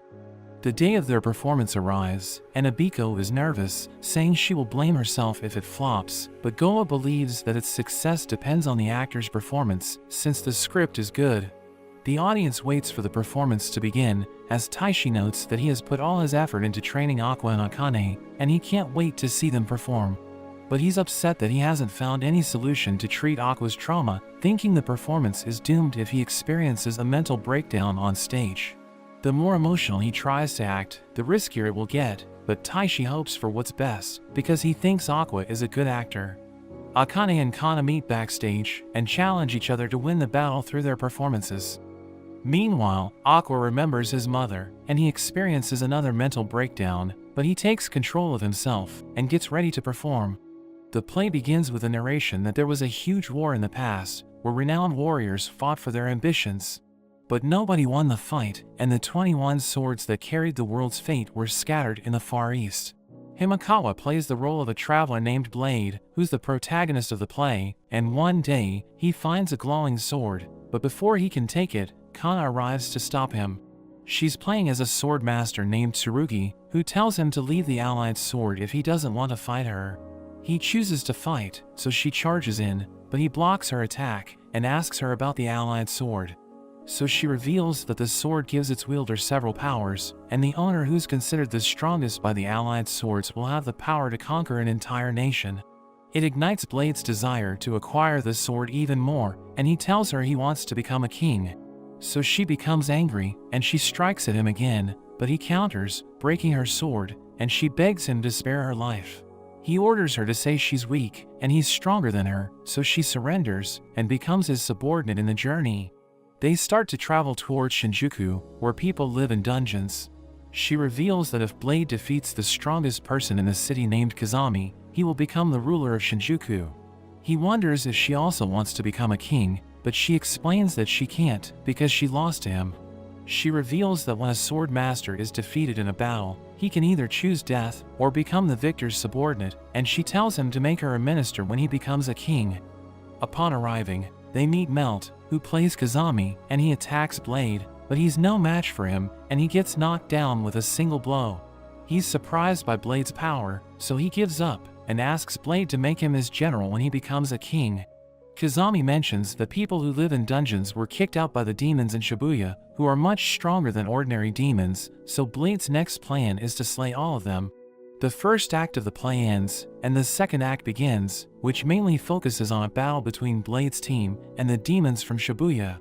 Kazami starts fighting Kamoshida's character named Munmei, and Melt compares himself to Kamoshida, who is a highly talented actor. He knows that they're both famous, but Kamoshida's acting skills are on another level. In the past, Sumiaki thanked Kaburagi for casting Kamoshida into the play, because he's extremely talented, and the other actors on set learned from him. But he was unsure of casting Melt, since he only had looks and lacked talent. But Kaburagi explained that Melt is a hard-working person, so he decided to give him a chance. We see Melt as a student when his senior took advantage of him, making him famous, and he got attention from girls. He used to be considered extremely funny in school, and people had high expectations from him, but in reality, he did part-time jobs to make ends meet. One day, he got an offer to act in a play based solely on his good looks, and he decided to go with the flow. Back in the present, Kichi notes that Melt is different from his manga character, and she's disappointed that he was chosen to act in the play. He recalls Kamoshida's remarks that he's a terrible actor, and remembers the time when he saw his own scene, and hated it. He knew that the other amazing actors had to lower their level to match his acting, which ruined their show. Munmei blocks Kazami's attack, and throws his sword away, leaving him helpless, and the audience seems unsure of Melt's acting. He remembers when he requested Aqua to give him advice, so he told him to focus on the most important scene of his character, which involves his fight against Munmei, and take advantage of his weaknesses. The audience already has low expectations for his acting, so he should surprise them with a hidden move. He should initially behave as if he's weak, and suddenly act like a pro, which will grab the audience's attention. Like a weak student in a class who gets bullied. But one day, he impresses everyone with his hidden strength, and gains popularity. On the stage, Kazami copies gymnastic moves from the original manga's character, and he gets his sword back, surprising everyone. Kana wonders if Aqua helped him, but he mentions that he only gave him advice, and what they see on stage is Melt's hard work. Kamoshida is surprised to see him acting exactly like the character in the manga, as he recognizes he needs to bring out his emotions, because it's the highlight of his scene. He thinks about the time he struggled to act during rehearsals, since he wasn't expressive. Akane tried to analyze other characters so she could give her best, but he couldn't even focus on his own character. He started to study Kazami, and tried to get to know him as a person, so he realized that Kazami is similar to him, because he thought he was strong, but he was actually a loser. We return to the present, as Kazami brings out his frustrated emotions, and attacks Munmei with all his strength, thinking he needs to give his best in the next 60 seconds of the play. Melt uses his past memories to bring out the anger and frustration, which is perfect for the scene. Kazami is finally stabbed by Munmei, and he falls down, but Melt's exceptional performance earns him a huge round of applause, and Kichi tears up. After their act, Melt is afraid of how Kamoshida will react to his performance, but Kamoshida praises him, and he thanks Aqua for his advice. Kana's scene with Kamoshida is next, where Tsurugi confronts Munmei for hurting her companion. He tells her she can't enter his territory, but he realizes he messed up the introduction of the Shibuya group because the sound effects overlapped his voice. So he thinks about saying it again, but Kana improvises and covers up his mistake. Tsurugi mentions that they don't care about the Shibuya group and will slay every demon to rule the land. Kamoshida and Toshiru are impressed by Kana's acting, and Kamoshida thinks he has never met anyone so easy to work with. Munmei runs away, saying the battle isn't fair because they're a team and he's alone, while Tsurugi tells him to come back. Aqua plays the role of Munmei's companion Taki, and Munmei tells him that the Shinjuku group is coming after them, thinking they should do something about it. But Taki mentions that he's the right hand of Princess Saya and will only follow her orders. They consult the princess, who's being played by Akane, and she thinks her entire monologue was cut short by the scriptwriters, but she still needs to express her dignity. Princess Saya announces war against the Shinjuku group, knowing it will cause bloodshed, but they still need to fight. Kana is stunned by Akane's performance, and thinks she conveys the princess's true emotions, which were cut in the script. The day of the battle between the two groups arrives, and Blade leads his men to slay the demons, but he's stopped by two opponents. Kazami's companions head forward to fight them, telling Blade to go into the city and fight the remaining demons. They tell Kazami to settle his fight with Munmei, and he promises to take him down. When they arrive at the princess's castle, they're met by Munmei and Aqua, so they prepare to fight. Meanwhile, Tsurugi runs towards the castle and thinks of fighting Princess Saya, so she calls her out, and Saya shows up. As Saya speaks, Kana thinks Akane's acting displays her arrogance, so she becomes annoyed, and she tells Saya to draw her sword. Akane thinks she won't lose to Kana in acting, because she has waited a long time to act against her on the same stage. In her childhood, she was inspired by Kana's acting so much that she would watch her scenes on repeat and think about how talented she was. Akane thinks she's the best actress and notes that she looked confident even when she was talking to grown-ups. So Akane's parents suggests that she join the theater, and she thinks she isn't good enough, but her parents told her she might become friends with Kana if she joined. So she agrees to be an actor and starts working hard to become like Kana, even copying her looks and haircut to be more like her. We see her at an audition, which Kana also participated in, and a staff member mistakes Akane for Kana since she has completely imitated her. He accidentally reveals that Kana was already selected, and the audition is just a formality, which confuses Akane. Kana suddenly shows up, and Akane tells her she's a huge fan, asking her if what the man said is true. Kana confirms it, and she's okay with it, because she believes anyone could play a minor role. But shows are about making revenue and ratings, which makes her the best choice among others, since she's already known. Akane tears up, and Kana throws away her hat, saying she hates kids who imitate her. Akane wonders why Kana acted this way, but as she grows up, she realizes that Kana wanted everyone's attention, and she was forced by the grown-ups to match others. Akane hates Kana because her original acting was selfish, but she ended up changing her style to get along with people. Akane still thinks she should be selfish and stop adjusting to others. But if she can't go back to her old style, Akane will do it herself, and she plans to act in her own unique way to make herself stand out. The princess attacks Tsurugi with her sword, but she blocks it, and both continue to battle against each other. Kana thinks everyone's eyes are stuck on Akane's character since she's doing such an incredible job, and Kana thinks about taking her on, but she remembers her past, so she spaces out. Akane is surprised to see Kana surrender herself, but Taishi thinks she made the right decision, because if one actor is standing out, the others should help her, thinking it's actually better for the play. Kana doesn't let her ego get the best of her and signals Akane to take the lead on stage. She's heartbroken because she didn't want Kana to act badly, and she just wanted to have a fair onstage competition with her. After the scene ends, Akane sits down and thinks about what just happened, realizing she was being selfish because she was trying to steal the spotlight. She starts crying as Aqua arrives, and he mentions that he liked the way Akane stood out from the others on stage. She reveals that she doesn't want to win against Kana when she isn't fighting back, wanting to defeat her when she's at her absolute best. Aqua thinks Kana truly shines when she tries to draw attention to herself, and it's the best moment to defeat her. Akane wants to see her return to her old acting style, and Aqua agrees to help her. Kamoshida and Melt's characters start fighting, and Kamoshida thinks that Melt's moves have become much better. But his acting is still lacking, and Melt notes that his emotions are as strong as Kamoshida's, so he thinks he can match his performance. Meanwhile, Akane takes all the spotlight on stage, and Himekawa asks Kana why she didn't even compete with Akane. So she reveals that if all characters do as they wish, the stage won't come together, and someone needs to balance things out.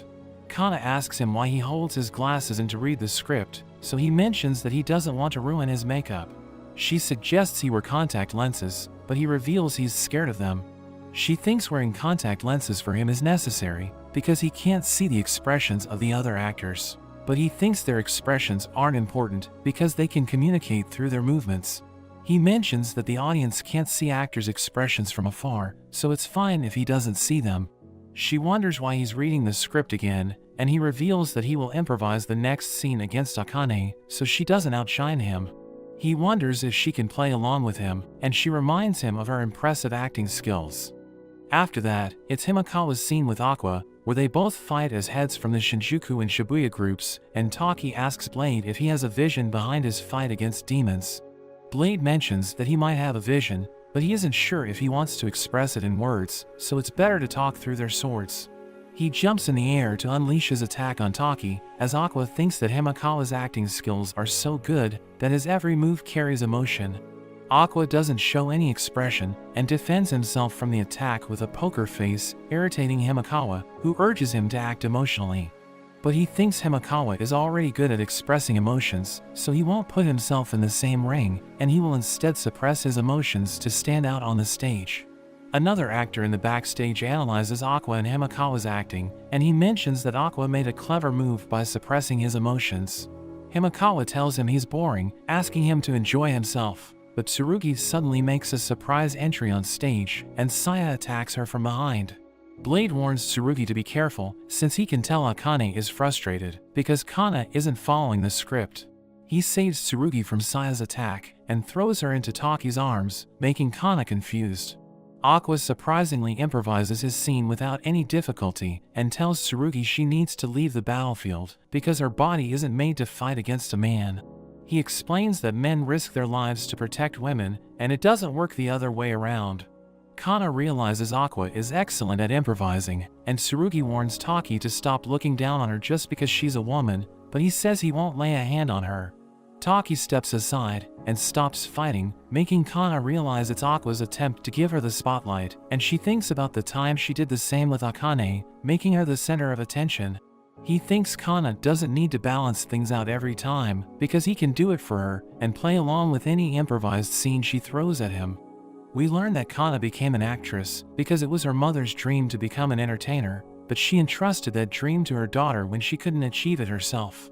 When Kana became famous, her mother developed connections with celebrities, and she was invited to their house parties, which she really enjoyed, and Kana was also happy. She was praised by directors because she had no thought of her own and acted the way they wanted.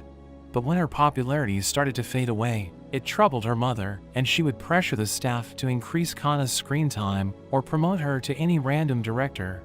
There were times when her mother even lashed out at her, and she thinks the reason why her father fell for another woman was because he was fed up with her mother's attitude. Kana sacrificed herself to make her mother happy and learned how to work with others in order to survive in the industry.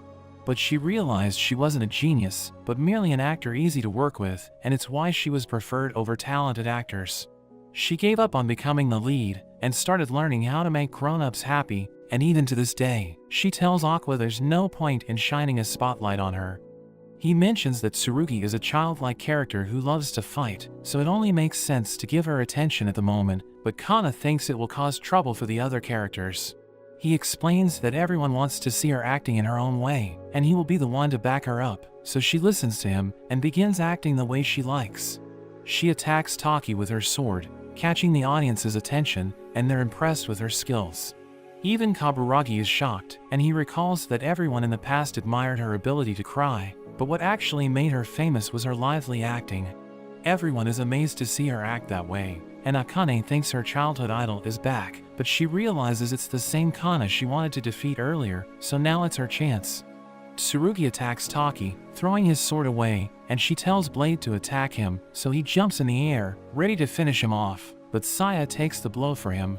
The crowd is hooked as Taki falls into despair, and Blade wonders if he has accepted his defeat since his woman is dead. So he explains that he was fighting for the princess, and he couldn't protect her, so he has lost his reason to fight. We see Aqua talking to Taishi, who believes that his panic attacks were triggered when he was guilty of enjoying his acting, and his guilt towards his mother's death is another reason behind it. Aqua is shocked that he knows about what happened, and Taishi explains that he has known for a long time because Aqua and Ruby had an abnormal attachment to Ai. He knows why Aqua wanted to be in the industry, but he tells him to slow down and focus on getting treatment first. But Aqua doesn't care if anything happens to him, and he still wants to pursue acting because avenging his mother is the only reason for his survival. Taishi tells Aqua that if he wants to act, he must never enjoy it, but instead make it painful for him so that he won't have a panic attack. Taki suddenly grabs his sword, and he attacks Blade, who manages to defend himself. But he continues to attack, as he thinks about his mother and Saya dying. His sword falls from his hands, but he shocks everyone as he suddenly bites Blade. He thinks about defeating the top performers to get the recognition he needs in the industry, because he needs to become the best actor to get his revenge. In a flashback, we see Aqua with Ai, as they watch the movie he starred in, and she tells him his acting was amazing, thinking he can become the best actor in the world. Blade pushes Taki back, but he fights on, as Kana notes that Aqua's acting is perfect, because he appears to be drowning in anger and sadness. We learn that he's thinking about his mother, and the dark figure tells him to suffer, saying he doesn't have the right to enjoy his life until he gets his revenge. He realizes that the dark figure is his inner self, and it represents his negative emotions, but he's able to maintain his composure, and he uses his emotions to improve his acting. Taki charges in, and he manages to hit Blade, but he endures the blow, and he summons lightning to defeat Taki. He announces that the battle is over, and the others arrive, realizing Saya is already dead. But Tsurugi thinks they can still save her, and she recognizes her scabbard, saying it can transfer the owner's wounds to another person. But instead of using it to protect herself, Saya transferred everyone's wounds to her, and Kazami mentions that he's no longer injured, realizing that she was willing to sacrifice her life so that everyone would survive the war. Tsurugi and Blade show everyone how the scabbard is supposed to be used, and it creates a bright energy, which revives Saya. Aqua imagines that his mother was able to survive, and he starts crying as he hugs Saya. After the play, the other performers compliment Akane, saying she's a brilliant actor. But she thinks she isn't good enough, and she starts crying, thinking Kana and Hamakawa are better than her. Kana mentions that she's tired, and Ruby tells her she was great, but she thinks she lacks talent, thinking Akane's acting is on another level, because it helped Aqua bring out his emotions. We see Kaburagi talking to Toshiru, who thinks all of the actors performed well, and Kaburagi mentions that Kana surpassed his expectations. He explains that she has the star factor, because everyone thought she looked cute, but Toshiru thinks Akane has more potential, saying her acting was brilliant during the final scene. We see Sumiaki watching the audience leave the theater, as his assistant tells him that the publisher wants to talk to him.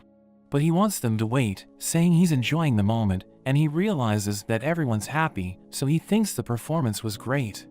We see Aqua in the bathroom, and he looks at the DNA test results, realizing he now has a lead. The actors gather on stage at the end of their performance, and we see that Abiko is happy, realizing that the script she made with Goa was perfect.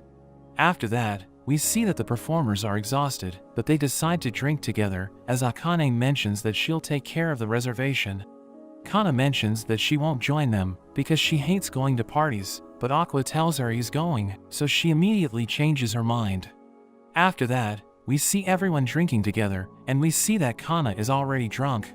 Akane gives Aqua food, and he thinks Toshiru might be connected to his mother, so he decides to talk to him, asking him how long he's been working in Lalai. So he reveals that he's one of the founding members, saying Lalai was originally a circle mate in an acting school. He reveals that it was made to accommodate actors from outside the school, but he mentions that they had a hard time inviting people at first, saying they had to start with the human resources they gathered from workshops. But he mentions that it was a failure, so Aqua asks him for details, but he refuses to say anything, saying it was a mistake they made in the past. Himekawa decides to help Aqua because he's also curious, and he invites Toshiru to drink with him. We see that they went to a bar, as Himekawa tells a girl to serve Toshiru.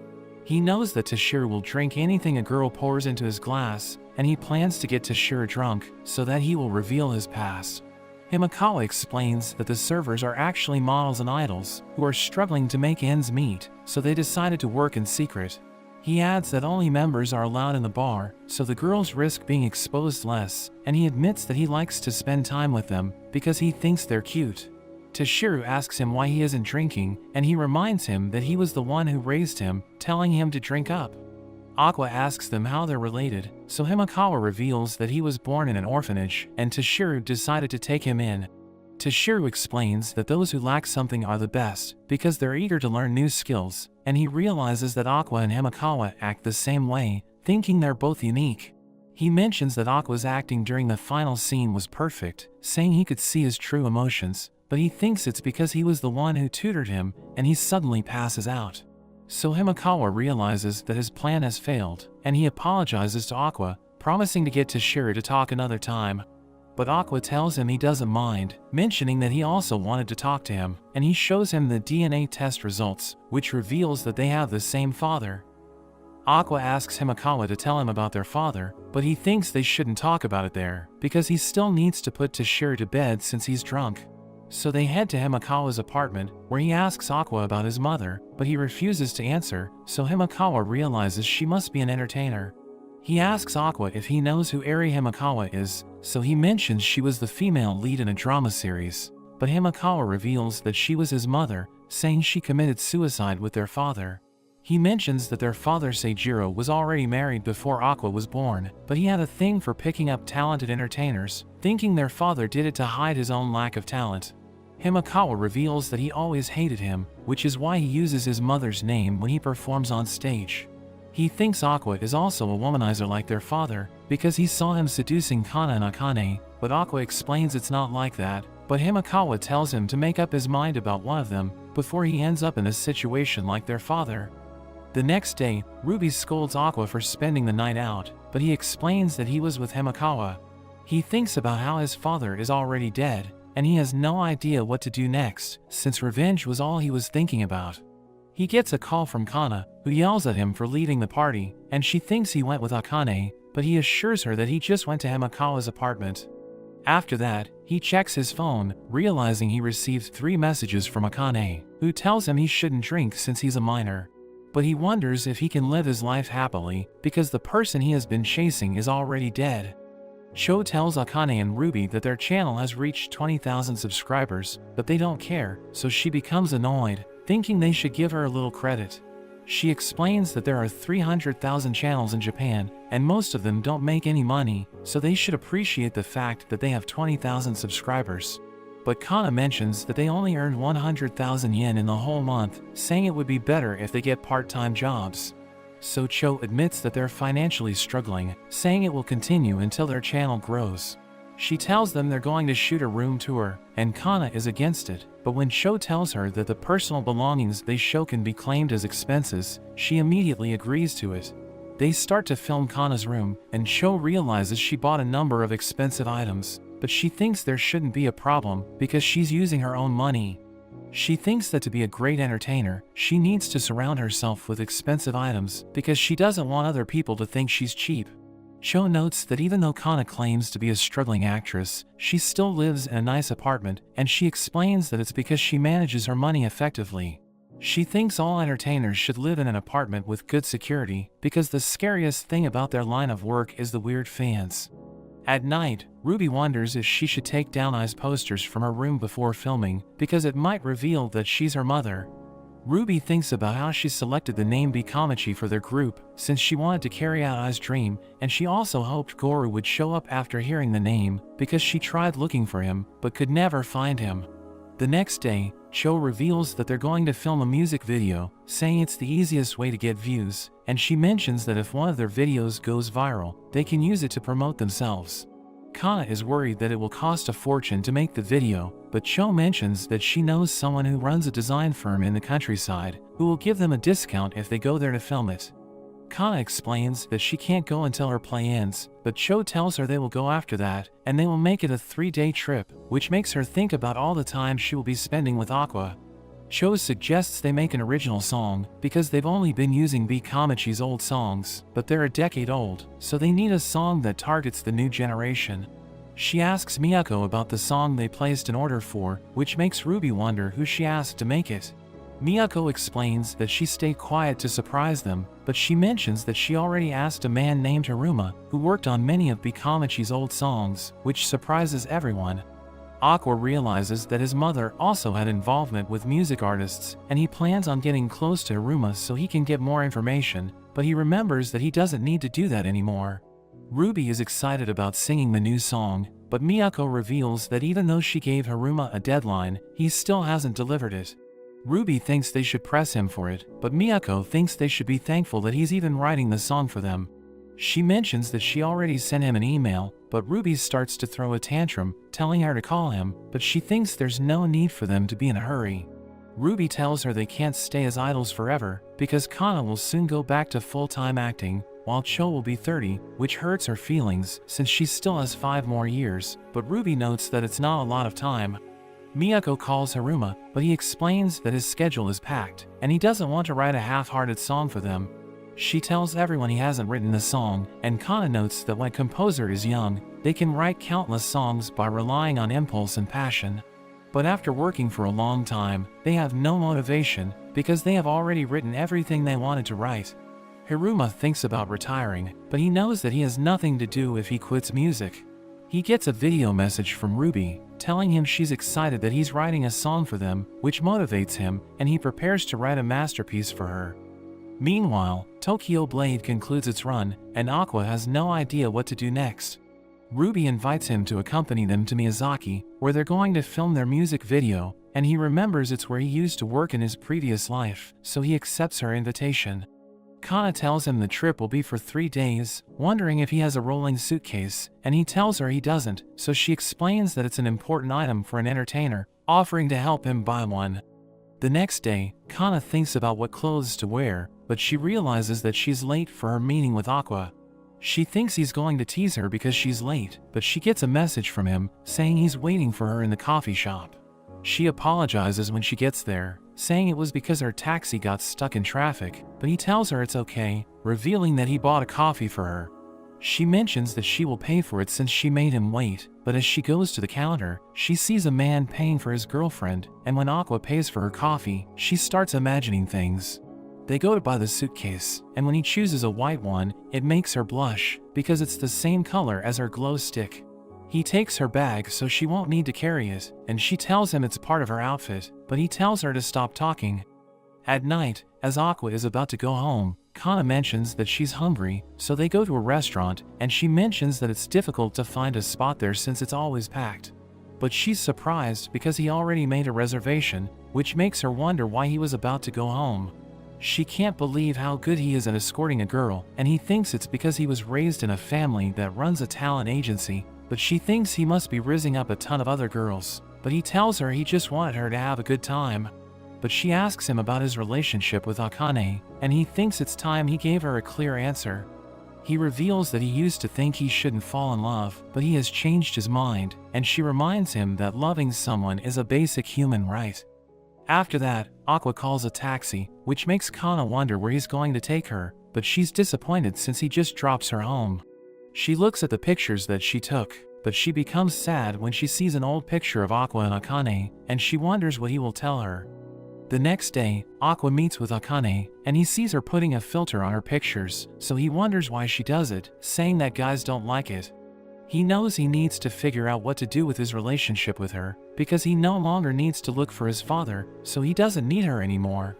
Akane mentions his trip to Miyazaki, and he asks her if she travels much, so she reveals that her family goes overseas for vacation, but she doesn't usually travel within Japan. She never went on school trips due to her work, and she doesn't know how it feels to travel in a big group.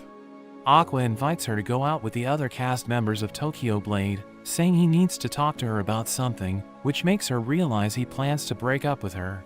But she doesn't want to keep thinking about it during the trip, so she tells him they should talk it over immediately. He mentions that he doesn't want to tie her down, because their relationship started on a show, and it isn't real. She thinks he's right, since they only kissed one time on the show, and they haven't even held hands. But she knows he kept her with him, because he was trying to use her, so she wonders if he doesn't need her anymore. They arrive at the bridge where he stopped her from taking her own life, and she tells him she wasn't angry when he kissed her on the show, because she knew he had a kind heart. He tells her she's falling for his deception, and he can't share anything more, because she won't understand, but she tells him to express his real feelings. She thinks he doesn't believe their relationship is real, because they aren't physical with each other, but he assures her it's not the case.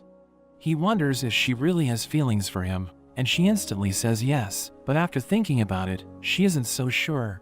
He tells her he has never felt such feelings from her, and she notes that it's because she hasn't dated anyone, so she has no riz. She tells him that even though she doesn't understand what their relationship is, she still wants to help him, because he told her he needs to kill someone. He reveals that he was looking for his father because he was responsible for his mother's death, and he thought his father was in the entertainment industry, so he decided to start acting. He reveals that he spent 5 million yen on DNA testing, but in the end, all he found was his half-sibling, and he learned that his father was already dead. He mentions that even though it's not the result he wanted, he's relieved because he can finally live his life in whatever way he likes. Akane suddenly says goodbye to him, but she gets a strange feeling, and she thinks that deep down, he wanted his struggle to end, which is why he missed such an obvious loophole, that Seijiro couldn't be his father, because their hair is a different color, and the timing doesn't match his mother's death. But she knows that if he realizes it, he will go back to living his life for revenge. Meanwhile, Ruby goes to visit Ai's grave, but as she leaves, she walks past a man, and we learn that he's their real father. Hiruma completes the song, and everyone likes it, but Kana feels guilty because she thinks Ruby and Cho will ruin it with their singing. At night, a woman named Inomo offers to film a video for Hiruma's song, along with the other music video that they had already planned. Cho wonders if it will be possible due to their schedule, but Inomo thinks they can finish the filming of the other video within a day. She mentions that if Cho is okay with this sort of video she's going to make, they won't need much preparation time. On the day of the trip, Kana is annoyed, because Akane is joining them, but Ruby is happy since she's her fan.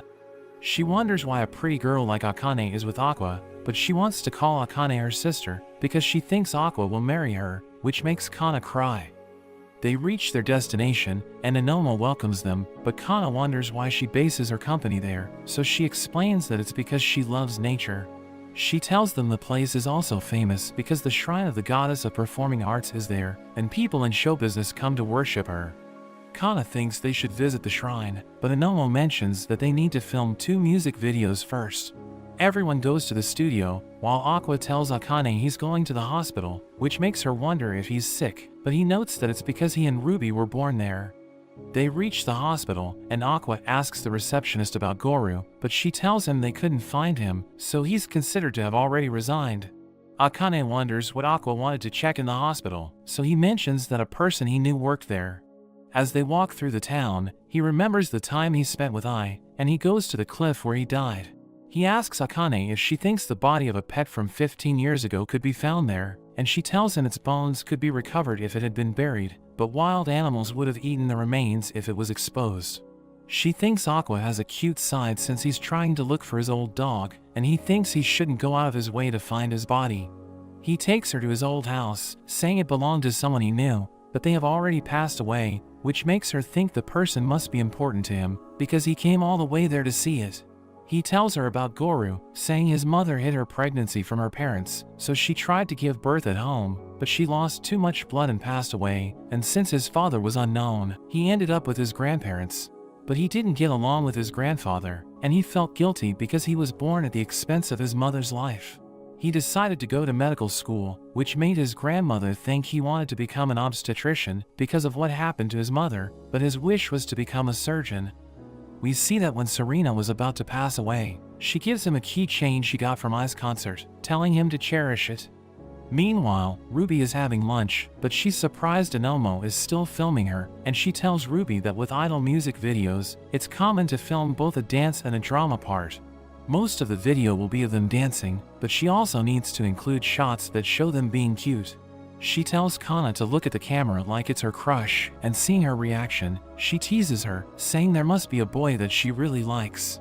Ruby is impressed by the number of staff members they have, and Kana reveals that the project costs more than 5 million yen, so they should be thankful to Miyako that she's spending so much money on them, even though they don't bring in profits.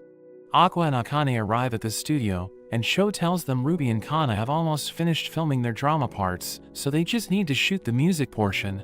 Aqua wonders why Cho isn't working, and she mentions that minors aren't allowed to work past 10, but since she's older, she can film her parts later at night. Kana shows Aqua the dress they chose for the filming, and Akane doesn't like it, which makes him remember she's against Kana's idol work. He hopes they don't fight, but Akane adjusts Kana's outfit, and even though she acts like she doesn't care, she's actually happy to see Kana in such a dress. Kana asks Aqua if she looks cute, but he just tells her that she passes, which annoys her. As they watch Bikamachi practice their dancing, Akane wonders if Kana will be successful as an idol, and Aqua believes she will, so Akane tells him he can't date her anymore. She mentions that at the moment, Kana isn't that popular, so it isn't a problem. But once she becomes famous, she can't be seen on a date in public, which makes him realize he needs to be careful, or she might end up like Ai. Anomo tells everyone other than Sho to return to the inn, and Aqua tells Akane to take care of Ruby, since he's going to stay there a little longer. As they head to the inn, Ruby gets close to a crow, but it takes her key and flies away. Akane thinks they should just apologize to the innkeeper for the lost key, because they might get lost if they keep going after the crow. But Ruby reveals that she's familiar with the area, since she was born there. She asks Akane if she's interested in becoming an idol, but she thinks she has no talent besides acting. She wonders if Ruby wants to become an actor, and when she says she's interested in it, Akane offers to teach her, but she mentions that she wants to focus on becoming an idol before going after anything else. She mentions wanting to have a concert in a stadium, thinking it might be her chance to reunite with Goru. She asks Akane how much of an age gap is okay in a relationship, but she thinks mental age is what matters more. Ruby talks about Goru, and she notes that he's the one who gave her the will to live, but she doesn't know where he is. She mentions that he always evaded her when she said she wanted to marry him, but she mentions that she still wants to be with him. They see the crow going behind a shrine, and as they follow it, Ruby is shocked as she finds a body, and she sees the keychain she gave to Goru, realizing it's his body. The police investigated after that, and after Ruby answers their questions, she returns to the inn with Miyako.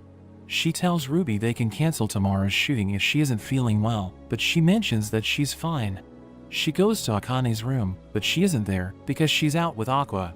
He apologizes to Akane because she wouldn't have faced such an awful situation if he didn't invite her on the trip. She mentions that it's not his fault, but he keeps apologizing, so she notes how he's trying to shoulder everything by himself again, saying it isn't his fault because he can't protect everyone. She mentions that the police said it was a murder, so he shouldn't blame himself. But he tells her that he knew she could find the body, which is why he fed her information, and she's shocked hearing this. He was fine with the body remaining undiscovered, since it had nothing to do with him anymore, but deep down, he still hoped it would be found. He tells her he has been using her for his benefit, but she already knows, and she's happy because she can finally put her feelings into words. She knows he's kind, and he always tries to shoulder everything on his own, so she wants to help him, but she understands he's better off without her. She starts to cry, saying she wanted to talk things over during the trip, because she thought they could part ways on a happy note.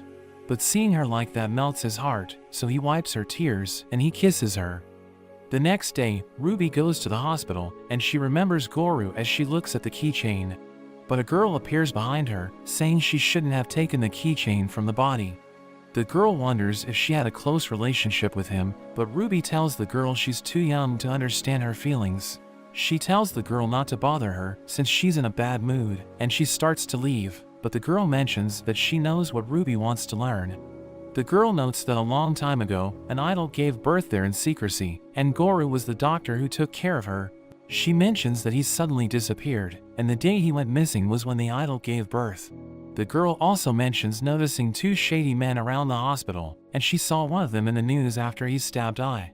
Ruby asks her about the second guy, but the girl doesn't know anything about him, and she tells Ruby it's her job to look for answers.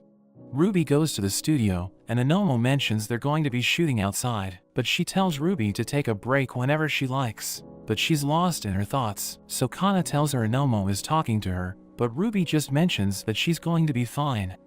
On their way to the shooting location, Kana complains about outdoor video shoots, saying it's cold, and they need to wear outfits that are warm, thinking they're just like laborers. They reach the location, and as Kana films her part, Anomo thinks she will be famous. She knows Cho is pretty as well, but she holds herself back, while Kana freely shows her charm to everyone, so Anomo understands why she's the center of their group.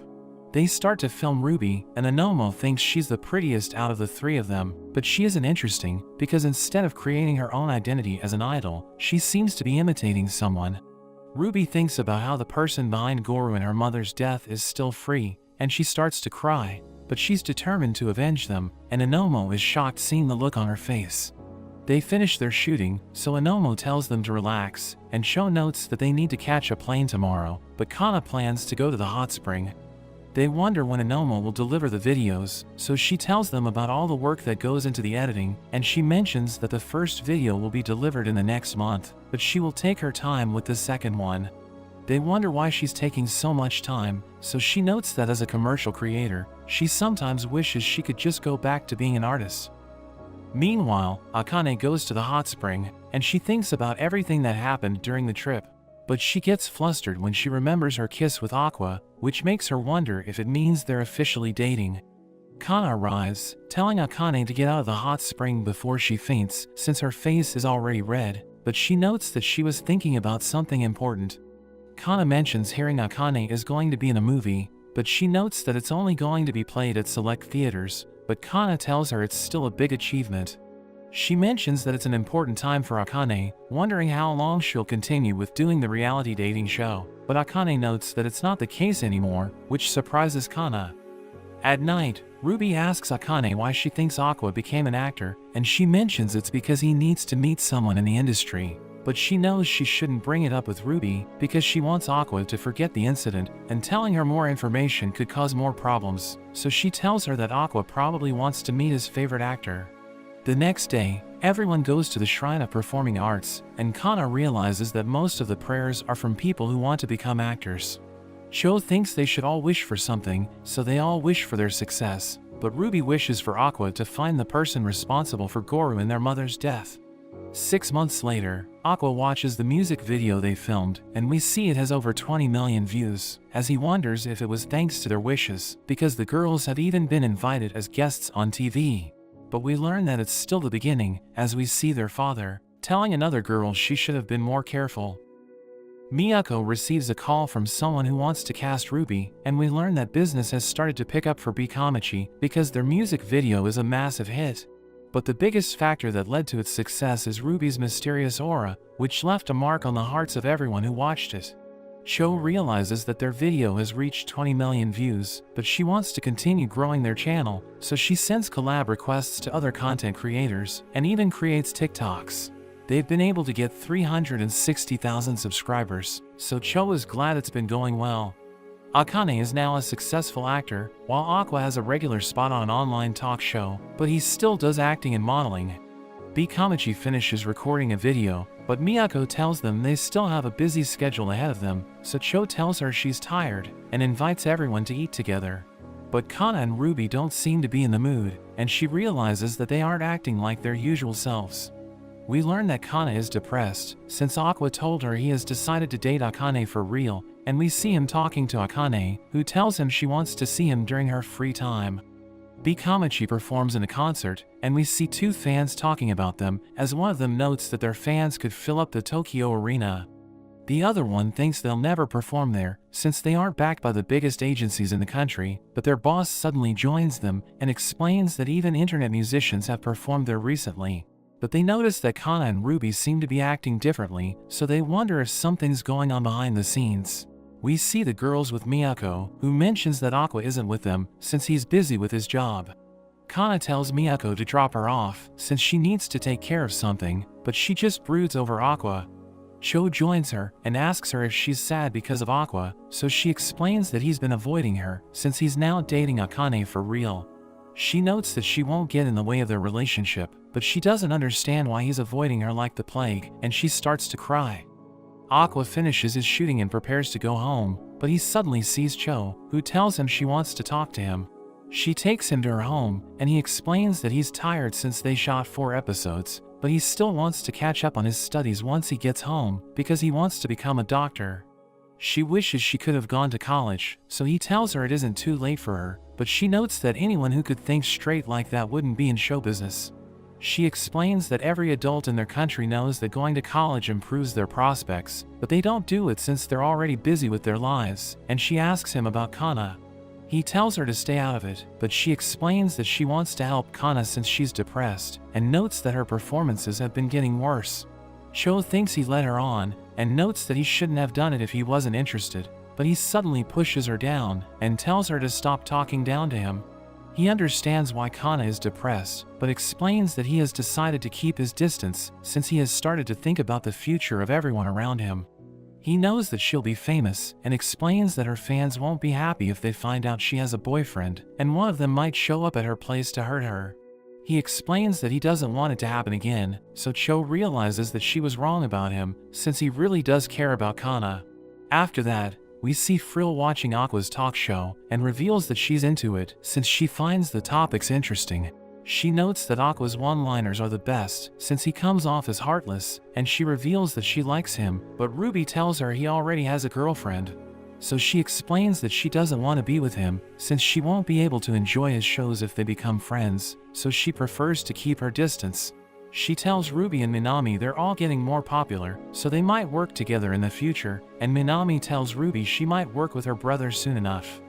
We see Ruby introducing herself as the reporter of Aqua's talk show, and he can't believe the company decided to hire her, but as she conducts her interviews, everyone finds her entertaining.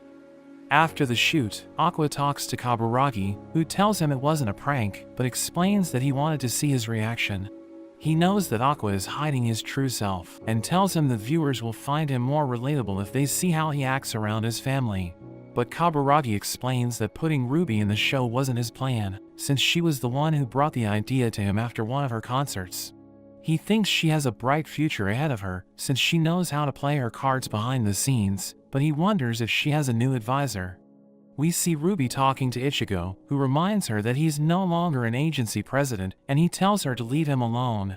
But she notes that she won't let him get away, since he was close with Ai, and she wants him to tell her about her father. But Ichigo doesn't know him, and notes that he also wants to kill him, so she tells him to give her the contact details of everyone close to her mother. But he refuses to do it since he doesn't want her to pester them, and notes that even the bottom feeders from 16 years ago are now big shots, so they shouldn't get on their bad side. He tells her she's still an underground idol, but promises to introduce her to them once she hits it big, so she asks him to teach her how to promote herself. She tells him she landed the reporter gig by following his advice, and notes that she trusts his skills, since he was once the president of a talent agency. So he tells her to have a clearly defined character, and explains that Aqua is successful in the talk show, since he plays up his toxic and cool side. She thinks she should just be herself, but he tells her to pretend she's an idiot, since it will make her stand out. After that, the host asks Ruby if she's ever made silly mistakes, so she tells him she almost set her house on fire when she once tried to boil hand soap. He wonders why she would do that, so she explains that she wanted to remove the water in the hand soap to make it pure, but everyone laughs at her since she sounds like an idiot. She thinks Aqua's sharp tongue might help her stand out, so she asks him if he thinks she's dumb, and he tells her the answer is obvious, but he knows that she's just pretending to be an idiot to gain popularity, and wonders if it was someone telling her what to do. We see the assistant director Shun, who takes notes about Ruby's performance, but she suddenly approaches him, and we learn that Ichigo told her to be nice to him, since he'll become a director in the future. She starts to spend time with him, but he wonders why she keeps talking to him, and thinks it must be because she's into him. But Director Tetsu suddenly joins them, and scolds him since he's taking too long to complete his task. He asks Shin if he got permission to cover the restaurants in the area, so he notes that the owners turned them down, but Tetsu hits him and tells him to do his job. After that, Aqua tells Ruby that Tetsu is from the production company, and explains that creative teams can't do everything, so production staff from other companies help them out. She wonders if directors are important, so Aqua tells her about the teams that work in the talk show, and explains that ADs help the directors lead the teams. He reveals that Tetsu used to work for a flagship TV station, but ended up getting fired, so he moved to his current production company. One of his ADs had to go on a break, so Shun needed to handle everything, but Aqua wonders why Ruby asked him about the teams, so she explains that she just wanted to be a good professional. We learn that ADs do anything the director asks them to do, and we see Shun working overtime in secret, since he needs to finish everything on time. He thinks about how the demand for TV shows has plummeted, so production budgets are half of what they used to be, and they have fewer staff working on projects, but they still need to shoot 3 to 4 episodes in a row. The next day, Tetsu tells Shun they will cover cosplayers in the upcoming summer special, and orders him to look for people who will cosplay Tokyo Blade characters. He notes that they need to get permission so that they won't get slammed with copyright, so Tetsu promises to talk to the anime department, and tells him to get the best cosplayers for the job. Tetsu thinks it's an easy task, since cosplayers are thirsty for validation, and he orders Shun to get 10 of them on board. So he messages cosplayers on Twitter, but they all turn him down, since they don't care about appearing on TV. He knows that the special is next week, so he thinks about pulling an all-nighter to find people, but Ruby suddenly approaches him. She notices that he has a problem, and she wonders what she can do to help him, so he asks her if she's willing to dress up. We cut to Akane, who realizes it's raining, but Aqua suddenly appears to fetch her from work, and tells her he brought an umbrella for her. But she decides not to use it, since she wants to share an umbrella with him, and we learn that she always knew that he liked Kana. She knows why he decided to go out with her instead, but she doesn't care as long as she gets to be with him, and he takes her to her house. He tells her to go to bed early, and as he leaves, she thinks about how she's supposed to be his fake girlfriend, and it doesn't bother her at all, but she doesn't want him to cheat on her. After that, Ruby tells Minami they need cosplayers for the summer special, but she doesn't want to participate since she's never done cosplays before. But Ruby tells her she'll stand out because of her personality, and the exposure could help her land more gigs, so she decides to talk to her manager about it. She knows that it's a good opportunity, but she thinks about how cosplays have community rules and etiquette, so she needs to be careful not to mess up. We see Shin as he continues to look for cosplayers, and his sister Mimi asks for a charging cable, but he tells her he needs her help. He explains that he's looking for cosplayers, but she notes that she only cosplays at home, and she doesn't want to appear on TV. She reminds him that she's a VTuber, so her fans will recognize her if they hear her voice, and we learn that VTubers use 3D avatars to talk to their followers. He was worried when he saw her doing cosplay streams, so he told her about VTubing when it still wasn't popular, and she reached 300,000 subscribers in 3 years. But the industry has now reached maturity, so there are now over 10,000 VTubers competing with each other. He opens her old cosplay account, and realizes it's still active since she uploads photos regularly, and he convinces her to dress up as Tsurugi for the TV special. Shun shows Tetsu the cosplayers they'll be interviewing, and he finds them interesting, but Shun asks him if the creator of Tokyo Blade has given them the green light. So he calls the producers of Tokyo Blade and asks for permission to use their characters, but he gets turned down. Shun panics since he told the cosplayers to wear Tokyo Blade costumes, but Tetsu just tells him to contact them and make them wear something else. After that, Shun tells Mimi about the last-minute change, and he's worried since Ruby has nothing to wear, so Mimi tells him she can borrow one of her costumes. We see everyone preparing for the summer special, and Ruby introduces a girl named Maya to the other cosplayers, telling them she's worked with her before. Minami prepares to look her up, but Maya stops her and explains that her content isn't for kids.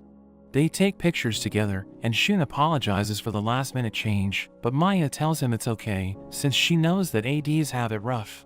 Tetsu complains about the heat, and Mimi knows that he's the director, but she tells Shun he looks like a douche.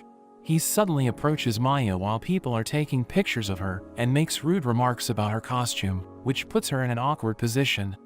During her interview, he asks her inappropriate questions, and even wonders if she ever gets intimate in costume, which makes her embarrassed.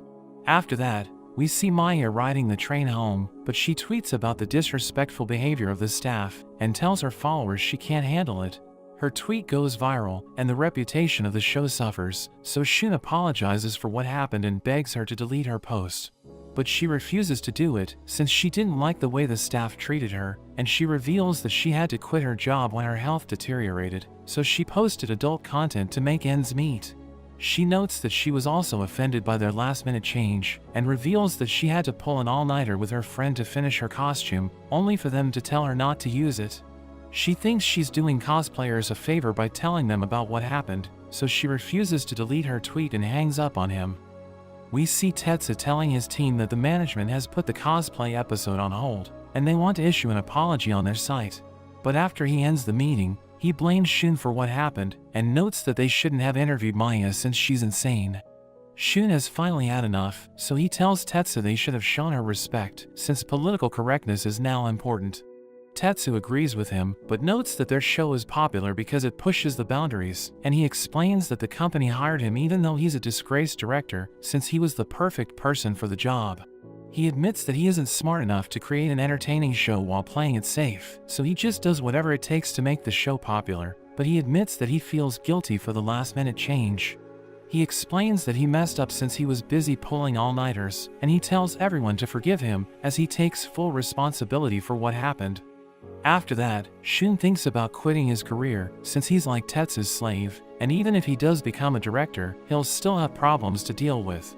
Mimi encourages him not to give up, but he tells her there's no freedom in the industry since it's filled with nonsense, and notes that they pay fines for breach of contract whenever they screw up. He heads outside and wonders what he should do, since everyone's talking about Maya's tweet, but Ruby suddenly joins him and tells him she has an interesting pitch. He shows it to the staff, and they think it's a risky move, but Kaburagi thinks they should go for it, since it seems like a great idea. Ruby appears in a special episode, and we learn that Maya has decided to join them, since Ruby convinced her to speak up for the cosplay community. The host thanks her for joining them, and Ruby mentions that the last-minute change caused problems for the cosplayers, so she gets Tetsu to explain what happened. He notes that he reached out to the anime department of Tokyo Blade, and he assumed that they would get the green light, but he ended up getting turned down. He admits that he failed to follow up on his request, since the lack of manpower left him short on time and bandwidth, and Ruby notes that they asked the anime department for their side of the story. The head of the department explains that it's hard to get permission from the owner of Tokyo Blade, and she couldn't get her to sign it, so she sent Tetsu an email, but she thinks he didn't read it. Ruby wonders why the owner of Tokyo Blade is so strict about rights permissions, so Kana visits Abiko in the publisher's office and asks her why she needs to sign rights approvals personally. So she explains that it's because people do ridiculous things with her characters, but reveals that her approval isn't required when it comes to cosplays, and notes that she's okay with it unless it's an adult photo shoot. We learn that when it comes to rights approvals, creators don't say no unless the products don't respect their work, but Abiko is angry since people use her characters to make money online, even though she didn't give them permission. The host asks Maya what happened during her interview, so she explains that she felt disrespected, since the questions were inappropriate. She adds that the last-minute change showed contempt for cosplayers, but she now understands their situation, so she promises to delete her tweet. But Ruby knows that she won't be satisfied unless they make it up to her, and Tetsu makes his entrance, but we see that he's wearing a Tokyo Blade costume. He apologizes for disrespecting her, and notes that he has no excuse for his actions, but he promises to respect everyone in the future. Aqua roasts Ruby for coming up with such a ridiculous idea, and Maya notices that Tetsu's costume is a mess, but she can tell that he worked hard to prepare it. He reveals that it took him a week to finish it, and admits that he would be furious if the show suddenly told him not to use it, so she's glad that he finally understands how she feels. After that, Ruby is glad that the plan went well, and we learn that Maya deleted her tweet, while the management has decided to air the summer special. Aqua asks her if she set it all up, so she decides to tell him the truth, and reveals that she got the idea from him. She reminds him of how he used Akane to promote himself, and tells him it captured the attention of his audience, so she decided to do it as well. She reveals that she wanted to be a big shot as soon as possible, so she came up with the plan to get on Tetsu's good side, so that he would use her in his projects. She explains that she knew about the show's production issues, so she invited Maya to join the cosplay, since she always tweets about the people who make her upset. Aqua wonders if they're friends, but Ruby reveals that she actually doesn't like Maya, since she hates people who call out others online. But she gave her the chance to talk things out, and everything worked out in the end, since she helped improve the industry, and Tetsu promised to change his ways. But Ruby wonders why Aqua seems to be disappointed in her, so he reminds her how she said she hated lies and manipulation, and tells her not to copy his methods, because he wants her to be an idol with love and passion. But she explains that love and passion aren't enough to succeed in their business, and reminds him how their mother lied about not having kids, telling him to watch her as she takes the spotlight. After 6 months, we see that Ruby has leveled up her game, and she even earns the Newcomer of the Year award. People start comparing her to Ai, and they wonder if she'll surpass her, since they know that she has incredible potential. In an interview, she mentions that Bikomachi will take the stage at the Tokyo Dome, and Cho learns that everyone looks forward to her next move, so she realizes that Ruby has become the talk of the town. Kana notes that Ruby always had the looks, so it was only a matter of time before she hit it big, and we learn that Bikomachi's channel is now close to 1 million subscribers. Cho knows that it was because of Ruby's popularity, and she's glad that their channel is growing, but we learn that Kana doesn't want to make a video without Ruby, since their followers leave negative comments when they don't see her.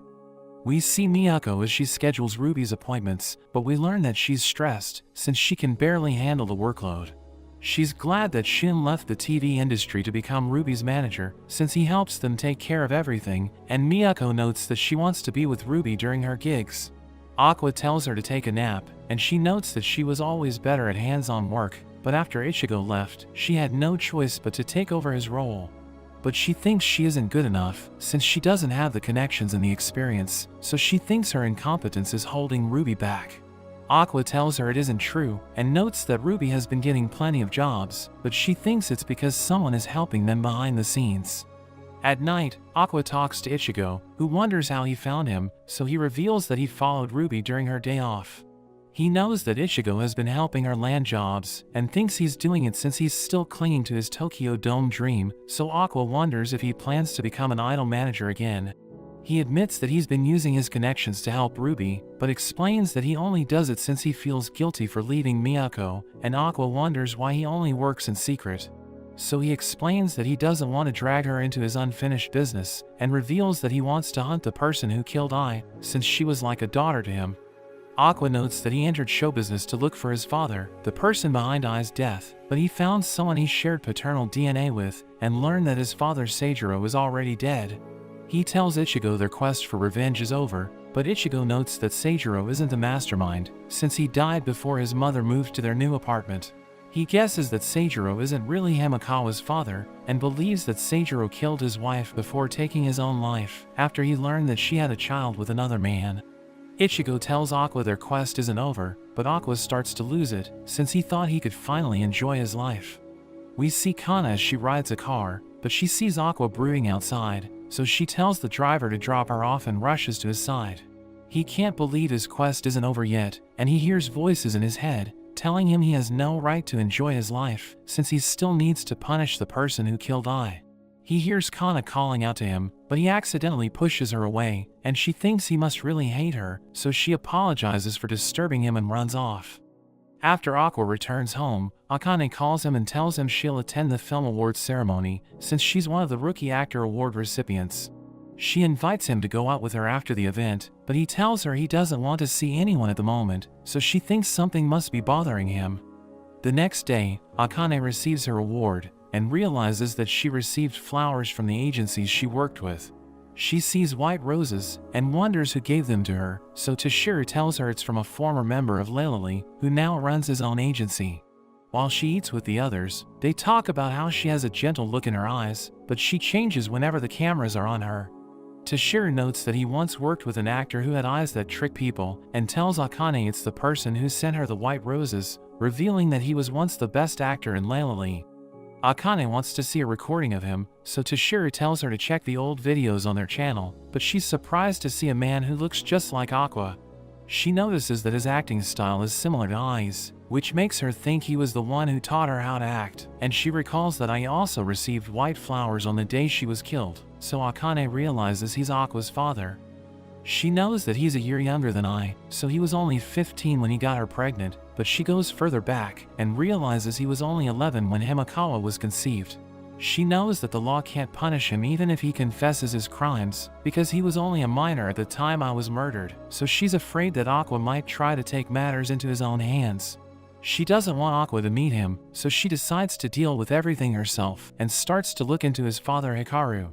She receives a call from Aqua, who knows that she's busy even though she's on break, so he asks her what she's up to. She claims that she's been working out, but he tells her he loves her even if she gains weight, so she's glad she decided to be his girlfriend, telling him she feels like the luckiest girl in the world. He tells her she's had a positive effect on his life, since she stood by him even though she knows what he's like, but he asks her if he should just forget everything and live his life.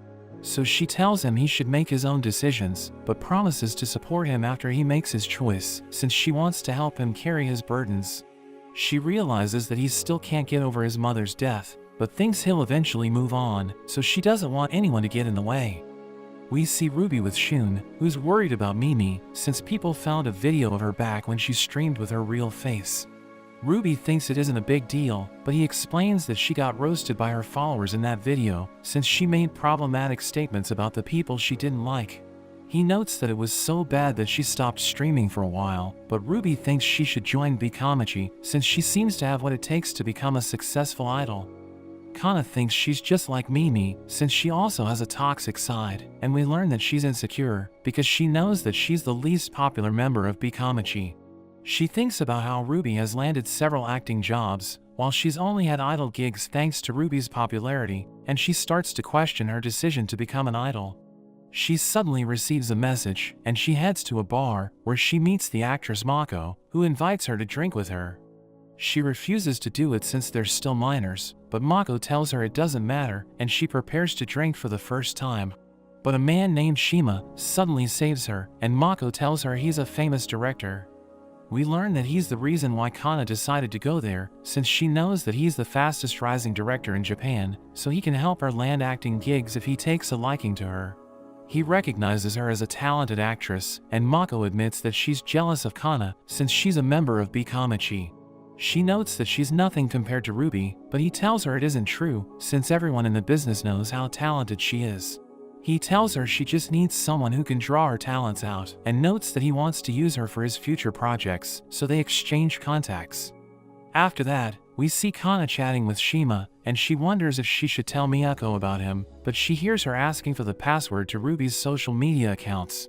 She refuses to share her password, but Miyako explains that her socials belong to the agency, and she thinks she's being exploited, so she considers moving to a bigger agency. But Miyako tells her the bigger agencies are even worse, and explains how their rules are so strict that they'll basically run her life. Miyako notes that their agency is cool, since they allow their talents to enjoy their lives, but she reminds Ruby that she's still a minor, so they still need to meddle in her affairs. Kana decides not to tell Miyako about Shima since she's already 18, and she prepares to meet him in a diner. But she receives a message from Mako, who explains that she can't join them since she's at another party. She has dinner with Shima, who tells her about the actors' guilds in the US, which impose fines on production studios whenever they break the rules, ensuring that actors are well protected. But it's different in Japan, since they don't have a guild to monitor the studios, so they just stick with proven box office stars who have connections, instead of looking for actors who have talent.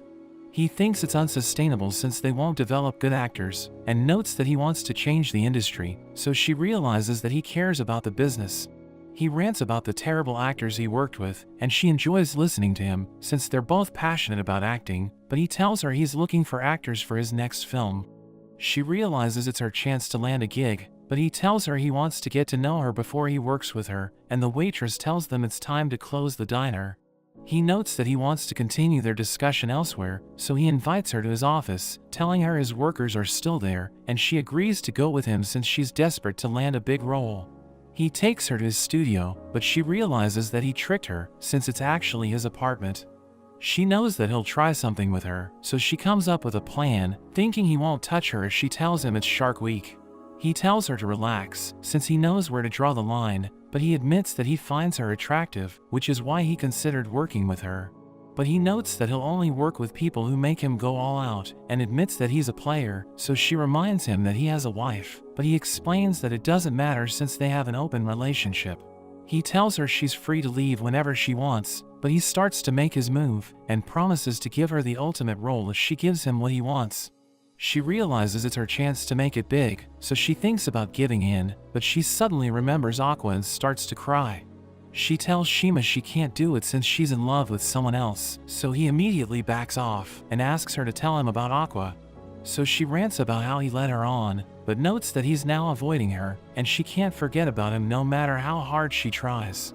She starts to throw a tantrum, but Shima finds her amusing since she tried to get over Aqua for a year, but she still can't move on. And when she leaves his apartment in the morning, there's a man that takes a picture of her. We see Ruby in an interview with the other idols, and the host asks her if she has ever gone out with a boy, so she tells him she recently went to a store with her brother, but Cho notes that he doesn't count, so Ruby wonders if she considers him a girl, and everyone finds her amusing. After that, Ruby heads to the dressing room, where she hears the other idols talk about their love lives, and she knows that they don't want their fans to learn about it, so they do their best to cover it up. She knows that everyone in the entertainment industry avoids the opposite gender, since it might ruin their image, but she thinks things have changed with the rise of social media. Everyone likes to gossip online, but it has watered down the significance of scandals, so they can no longer destroy an entertainer's career. Ruby knows that it gives them peace of mind, and she thinks they deserve it, because show business is so brutal that they can't trust anyone.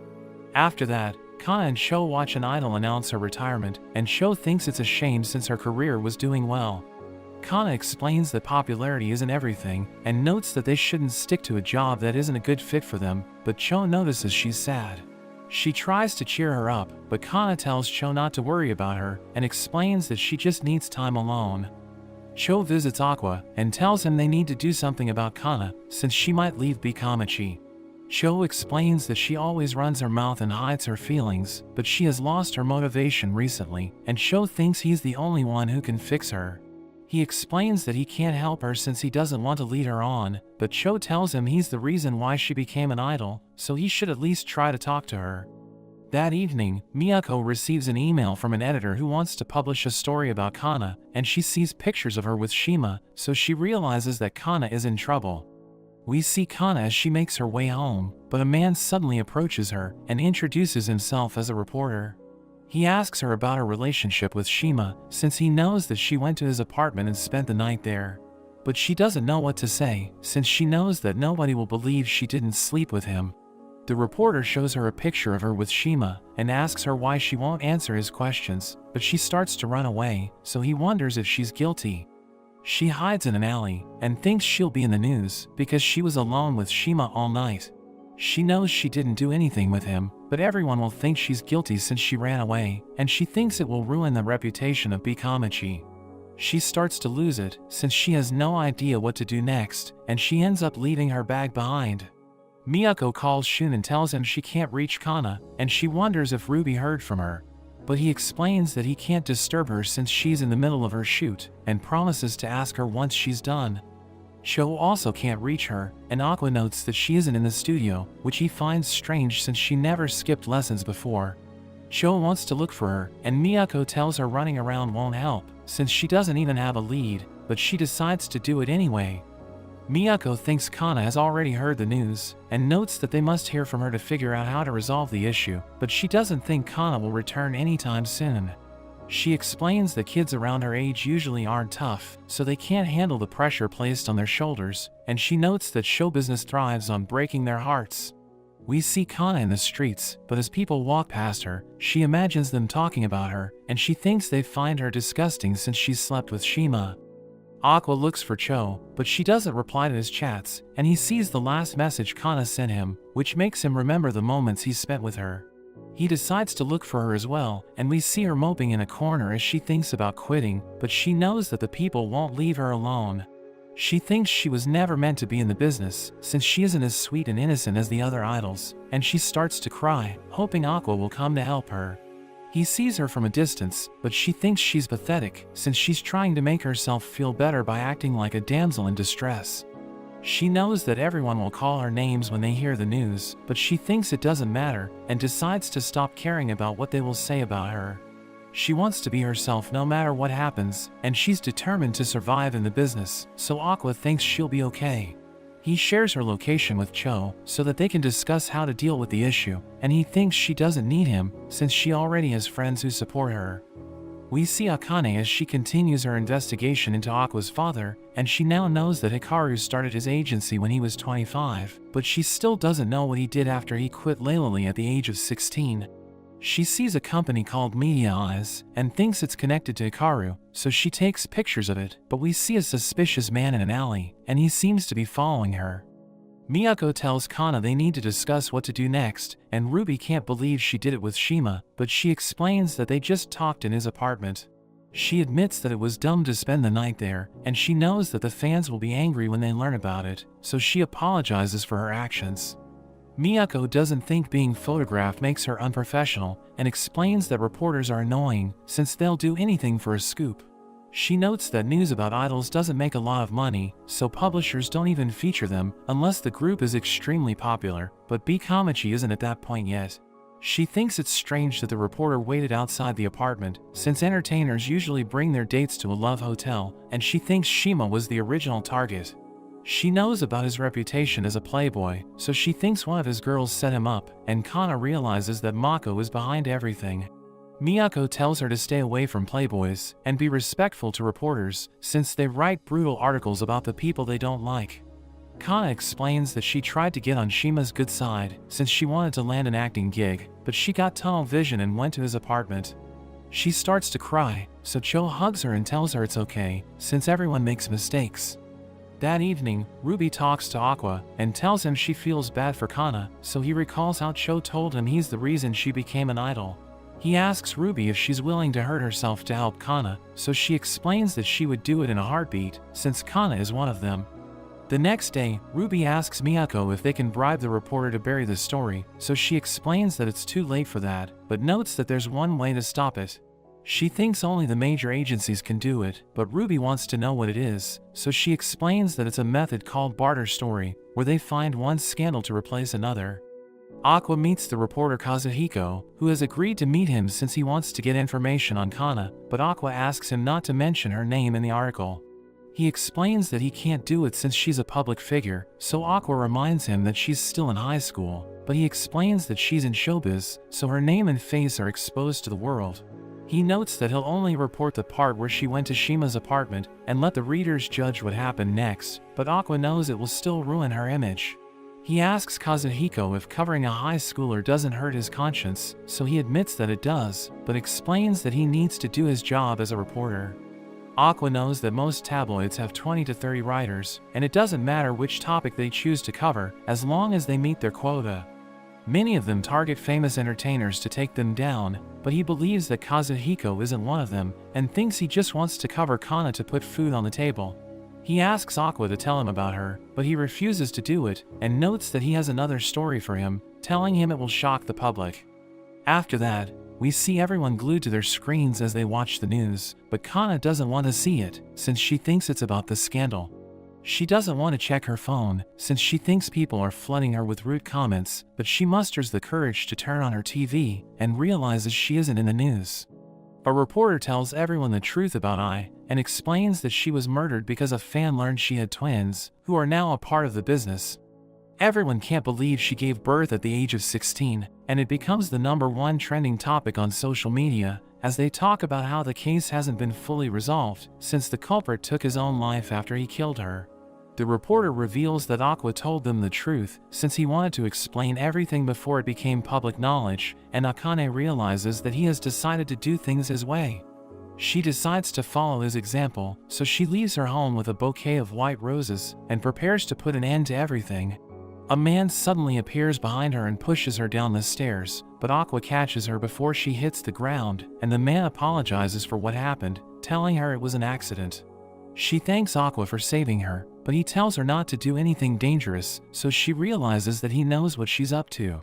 He tells her she's too smart for her own good, and looks at the doll he gave her, so she rips it open. She realizes there's a tracker inside it, and he reveals that he bugged her after their reality dating show, since he thought she might lead him to his father.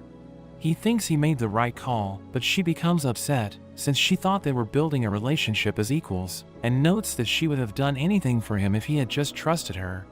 He knows it's a lie, since she would have countered his tracker if she learned about it, and he notes that she found information about his father, but she wanted to get rid of him herself. She explains that it isn't true, but Aqua asks her about the knife hidden in the flowers, so she notes that she brought it with her just in case, since she was about to meet a murderer. He tells her to stay out of it, and promises to stop tracking her, but notes that he'll also disappear from her life forever, so that she will stop putting herself in danger. She realizes he has decided to break up with her, so she starts to cry, and notes that she would have followed him into hell if he had asked her to go with him. He tells her he'll go alone, since he doesn't want her to get into trouble, and she realizes he has made up his mind, but tells him he chose the wrong path. He tells her that he knows, but walks away, and she cries since she couldn't stop him, even though she tried her best to save him. He thinks he made the right decision, since she's no longer in harm's way, and he notes that playtime is over, since he needs to make his father suffer. Ruby asks Aqua why he ruined their mother's reputation, so he explains that it was necessary to save Kana, and reminds her that she wanted to help Kana even if it would bring her pain. She thinks he shouldn't have told everyone their mother's secret, since she spent her whole life trying to hide it, but he reminds Ruby she's already dead, and notes that her secret should be used to help the living. Ruby realizes he has a point, but can't believe how much he has changed, and she thinks he no longer cares about their mother. He tells her it isn't true, but she calls him a liar, and tells him that she no longer considers him her brother.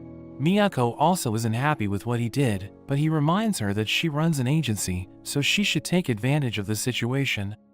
Kana knows that nobody found out about her scandal, because Aqua protected her, but she isn't sure why he did it. The twins gain popularity thanks to the story, and Ruby appears in an interview, where she notes that she wants to perform at the Tokyo Dome to fulfill her mother's dream. Kana and Sho also get gigs as members of Bikamachi, and Kana recalls that Ai was with Aqua when they first met, telling him he used to be more cheerful. She thinks he never recovered from his mother's death, and he tells her she'll never understand how he feels. But she explains that she knows what it's like to be left by the people she loves, revealing that her mother stopped caring about her after she got into show business. She asks him why he helped her, and thinks the barter deal wasn't worth it, so he explains that he just wanted to save the reputation of Bikamachi.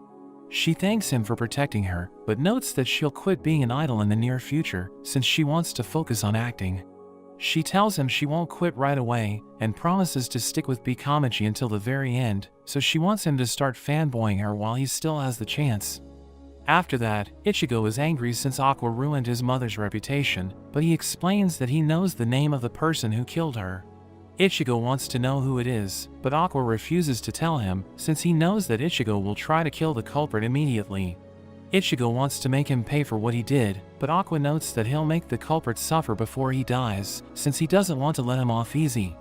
He reveals that ever since he was a kid, he's been obsessed with getting revenge, so he came up with the worst way to get rid of the culprit. He admits that it's a selfish and reckless plan, but notes that the stage has been set, and he tells Ichigo he needs his help for the final act. Taishi remembers Ai, and we see that his next project is about her, since he wants to fulfill his promise to her. In a flashback, we see Aqua sleeping on Taishi's lap, and Ai notes that he seems to see Taishi as his father. She sees the story he's working on, and asks him how he comes up with ideas, so he explains that it all comes down to emotion, telling her they can't disregard the main character's personality in favor of the plot. He notes that he wants to film what's real, and she convinces him to make a documentary of Kamichi, so he starts to work on it. He tells her he isn't used to making documentaries, and notes that he'll stop working on the project if she puts on a facade, so she decides to show him her real self. He's about to film the Tokyo Dome concert, which is the final part of the film, but Ice suddenly passes away, so he stops working on the project. We return to the present, as Taishi and Aqua show the project to Kaburagi, who realizes it's based on Ai, but he thinks it'll be hard to pull off.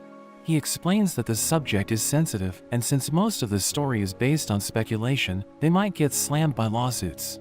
He thinks they won't get the funding for the project, but Aqua tells him they can back it all up, since it's based on account from Ai, and he notes that he helped Taishi make the script. Kaburagi knows that the project is risky, but he finds it interesting, so he decides to work on it. He notes that the members of Kamichi will join the cast of talented actors, but explains that they need a big name to make the film successful, so he decides to hire a famous actress named Yura. Kaburagi asks Yura's manager to book her schedule for next spring, and notes that he'll give her the leading role, so her manager accepts his request. We see Yura as she drinks in a bar, and her friend Miki thinks her fans will be upset if they see her getting drunk. She tells him her work is stressful, so she'll go crazy if she doesn't blow off steam, and she notes that her manager brought her a movie role, but she has no idea what the project is about. She thinks the people only care about her brand value and fame, and notes that Kaburagi always gives her a role about minors, even though she's already 25. She explains that Ruby is a better fit for the lead role, and thinks Kaburagi only gave it to her since she's more famous and can bring in an audience. After they leave the bar, she tells Miki about her dream to become a bigger name, and as he sees stars in her eyes, he tells her he believes in her talent. She tells him she just finished a big job, so she's free for the entire month, and she invites him to go hiking in the mountains. He agrees to join her, but warns her to be careful, since nobody will find her if something happens to her. And when they head to the mountains, Miki pushes her off a cliff, and she calls him a murderer, as we learn that he's actually Hikaru, and he's thrilled to see the stars fade from her eyes, telling her that he won't let anyone surpass her. Taishi and Kaburagi look for investors, since they need millions to make the movie, and they pitch to distributors, but all the big names reject them. Kaburagi knows it's because their film's subject is sensitive, but he knows that there are distributors who like risky projects, so he thinks they just need to be patient.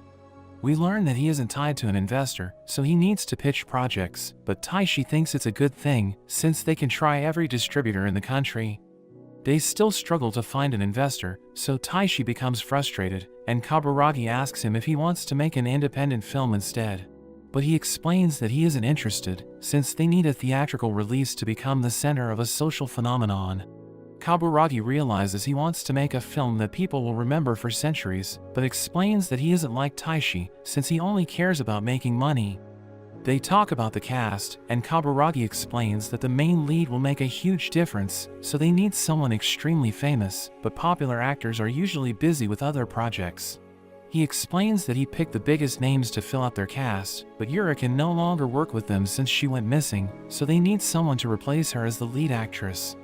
We cut to Kana, who gives Aqua 3 options, and asks him if he'd rather get dropped into a pit full of tarantulas, shot by a machine gun, or flattened by a meteorite. He picks the third option, since it will give him a painless death, but she notes that he wouldn't have died if he chose the first option, because tarantulas aren't venomous. She tells him he's an idiot, but 2 girls overhear her call him by his name, and they realize he's the boy everyone's talking about, so she runs away with him. She realizes she can't use his name in public, so she decides to give him a nickname, but tells him not to get the wrong idea, since she won't pretend to be his girlfriend. She tells him she'll never look at him romantically, and notes that he already has Akane, but he reveals that he already broke up with her. Kana can't believe it, and thinks she ruined her chance to be with him, but he tells her she can call him whatever she likes. She decides to stick to the nickname she gave him, and leaves for her next gig, but Cho starts to tease him, since his relationship with Kana is improving. He tells her he no longer plans to live a happy life, and explains that he just chose to be friendly to Kana since it's convenient for him. As he leaves, he thinks about how everything is going according to his plan, and he doesn't care who he needs to use to achieve his goal. Aqua visits Ai's grave, and tells her he'll make her wish come true, but a strange girl suddenly appears behind him. Ruby congratulates Kana on graduating from high school and asks her why she didn't apply for college. So she explains that she has decided to focus on acting and notes that she'll graduate as an idol after their summer concerts. Kaburagi wants Frill to play the lead role since her fame can make the film successful, and he notes that one of their investors even asked for her, but Taishi isn't sure if they should lock her in. After that, Taishi runs into Ruby, who he hasn't seen since her 15th birthday, and he realizes she's as beautiful as her mother. He asks her what she's doing there, so she reveals that she's avoiding someone in the office, and he knows it's Aqua, since he heard they aren't on good terms. She explains that she can't forgive him for exposing their mother's secret, and Taishi wonders if he didn't tell her about the DVD, but she has no idea what he's talking about. He realizes that Aqua plans to shoulder everything alone, and explains that he had his reasons, but she thinks it doesn't matter. She notes that she can't trust anyone, because everybody's a liar, but Taishi suddenly sees her mother in her.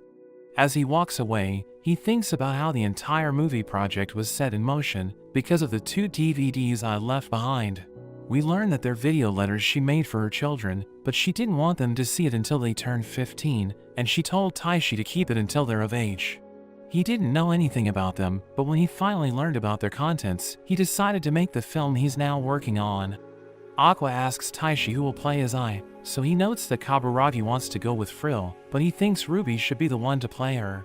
Ruby demonstrates her acting skills, and Kaburagi realizes she's talented, but she reveals that she just copied the actors that she spent time with. Kaburagi thanks her for her time, but she wonders what she just auditioned for, and Taishi thinks they should give her the lead role since she resembles Ai. Kaburagi is against it, and explains that they shouldn't focus on the quality of the film, since they need to repay their investors by casting Frill. Aqua thinks he's right, since his decision will make the film a commercial success, but he knows that Taishi won't understand it since he thinks like a kid. Frill receives an insider tip, which mentions that she'll be cast for the lead role, but we learn that she doesn't like working with industry insiders, because they make her question how she should play the game. The next day, Frill tells Ruby she read Taishi's script, and she knows that Kaburagi wants her to play the lead, but they're still arguing about who to pick. Ruby realizes it's why they called her, and she wonders if Frill will also audition for the role, but she explains that she doesn't need to do it since she's a big star. Frill notes that it's their job to make good films, but there are times when the quality drops because of them, so she thinks actors should be chosen based on merit. Ruby agrees with her, so she challenges Ruby to a showdown and tells her the winner should get the role. They rent an audition room, where Akane joins them, and we learn that she's also a candidate for the role. She wonders what Frill is up to, so she reveals that she proposed the private audition because she wants to know if she's the best fit for the role. Akane wonders who will judge them, so Frill notes that they'll just decide the winner among themselves, and explains that they'll do improv. Akane and Ruby decide to participate, so she notes that their theme will be liar, and volunteers to go first. She screams that there's a wolf, but nobody believes her, and she cries because she wants attention. She thinks everyone will listen to her if she tells the truth, so she screams that there's no wolf, but the villagers appear with their rifles, and scold her for disturbing them. She ends her performance, and Akane and Ruby realize it's actually a skit, but she tells them they can do whatever they like. She thinks Akane is better than her, but notes that she has an appeal that only she can bring to the role, and Akane knows she's right, because acting skill isn't the only thing that makes a good actor. Ruby prepares to perform, and Akane thinks she doesn't stand a chance, but Frill asks her what lying means to her, and it seems to trigger something in her. She thinks about how she's been acting all her life, by pretending to be a cheerful idol who has moved on from her mother's death, because she thinks it's what I would want her to become. She also recalls how she pretended not to hate her parents, who never bothered to visit her in the hospital, since she knew she couldn't do anything without the help of other people. She thinks her mother also hid her feelings when she was an idol, and Ruby starts to cry, as she notes that she still has nightmares about the day her mother died. She remembers Goru as well, and she wonders why everyone she loves ends up dying, saying she wants to die so she can join them. Akane and Frill stare at her, but she explains that she'll never take her own life, since she has already moved on from their deaths. They both think her performance was decent, but Akane thinks she still has room for improvement, and she prepares for her turn. She copies Ai, and thinks Frill invited her to the audition, since she wants to get her out of the way so that Ruby can get the role. Ruby asks her what she's talking about, so she explains that they don't know what the film is about, since neither of them has the script, but she thinks it's about Ai. She asks Frill if she's right, but Frill wonders how she came up with that theory, so she explains that she knows how Aqua thinks. Ruby wonders if he plans to use their mother to make money, but Frill thinks it isn't the case, since she noticed that the script is filled with malice. She thinks he wants to make the movie for revenge, and notes that Akane was right, since the film is about Ai. She believes that it's intended to condemn the killer, but thinks it depends on how the lead actor portrays Ai, so Akane thinks she's the best choice. She explains that she looked into Ai, so she knows a lot about her, but Ruby notes that she's the only one who understands how her mother feels. She wants to get the lead role, so she's determined to keep going until she convinces Akane and Frill that she deserves it. But Akane doesn't know how to react, since she doesn't have the nerve to tell Ruby she knows more about Ai. She thinks she doesn't need to get the lead role, so she goes easy on Ruby and allows her to win the audition. As Akane makes her way home, she thinks about how Ruby is a talented actor, since her acting improved with each attempt. We learn that she's up to something, since she doesn't want Aqua to have his way, but she sees him waiting for her. She reminds him that he said he would disappear from her life forever, and explains that she'll help him make a movie, but she'll stop him if he plans to take it further. Kana announces that she has decided to graduate from Bikamachi and explains that she enjoyed the 2 years she spent with the group, but realized she wants to live her life as an actress. She eats with Aqua and tells him to talk about something fun, so he decides to tell her how the lesser panda got its name. He explains that a Westerner saw a lesser panda for the first time, and he asked a local about it, so the local told him what they call it in Nepal. But the name was corrupted into the word panda, and we learn that its original name means bamboo eater. Aqua notes that Kana is a panda since she's eating bamboo, and she's impressed that he knows a lot, but he notes that the creature became known as the lesser panda after the popular version was discovered. He explains that lesser means inferior, and she thinks it's just like her, since she isn't as popular as Ruby. He tells her he saw her post, and she notes that it's been 2 years since he asked her to become an idol, but he apologizes for being pushy when he invited her to join. She explains that it's okay, and tells him she's grateful to him since he saved her when her career was about to be ruined. She notes that she enjoyed being part of Bikamachi, and she's determined to succeed in show business so that she can become a popular panda. She reveals that she got an offer from Taishi, but explains that she'll be playing as a Bikamachi member who hates Ai, and she wonders if it's okay for her to say bad things about his mother. He tells her he doesn't mind if she's the one who does it, because she's special to him, but she becomes flustered and runs off. Kaburagi checks the cast, and realizes that the lead role was given to Ruby, because Frill and Akane's schedules only have room for supporting roles. But he thinks Aqua and Taishi had something to do with it, and he wonders what's driving them to work on the film. Aqua spends time alone, and the girl he met at the cemetery asks him who he's thinking about, but he thinks she's just there to run her mouth again. She thinks he's angry at her, because she told him that his mother no longer exists in this world, and she explains that Ai didn't reincarnate since her soul crumbled when she died. He wonders if the girl told Ruby the same thing, but she explains that she doesn't have to, since Ruby will fulfill her role in the future. She tells him to think about why he was reincarnated, and she suddenly disappears, but he thinks he already knows his only purpose in life. Taishi submits the final script, and the distributor gives the green light, so the team prepares to work on the film. Kana goes through the script, and she hears Ruby as she practices her lines, but she suddenly remembers her past and starts to lose it. Kana stops her, and tells her she needs to rest since she's sweating, but she notes that her schedule has already been adjusted. Kana realizes she has no time off, but understands why she's trying so hard, so she tells Ruby to rest her eyes when she's on the move, since it makes a huge difference. We see Taishi and Kaburagi as they prepare to drink, but a man suddenly interrupts them and introduces them to a woman named Marina. They eat at a restaurant, and Marina notes that she wants to drink, so they decide to go to a bar after they finish their meals. Taishi receives a call from Aqua, who asks him why he hasn't checked the items they're working on, so he explains that he's drinking with the marketing rep, but Aqua knows that he's with models and actresses. He notes that networking is part of their job, and explains that alcohol helps him get to know people, since it brings out their emotions. He tells Aqua not to worry since he's a pro, but he ends up getting drunk, so Kaburagi tells Aqua to drag him home. Marina invites Aqua to eat with them, but he hears people call her by her name, and he recognizes her as Serena's mother.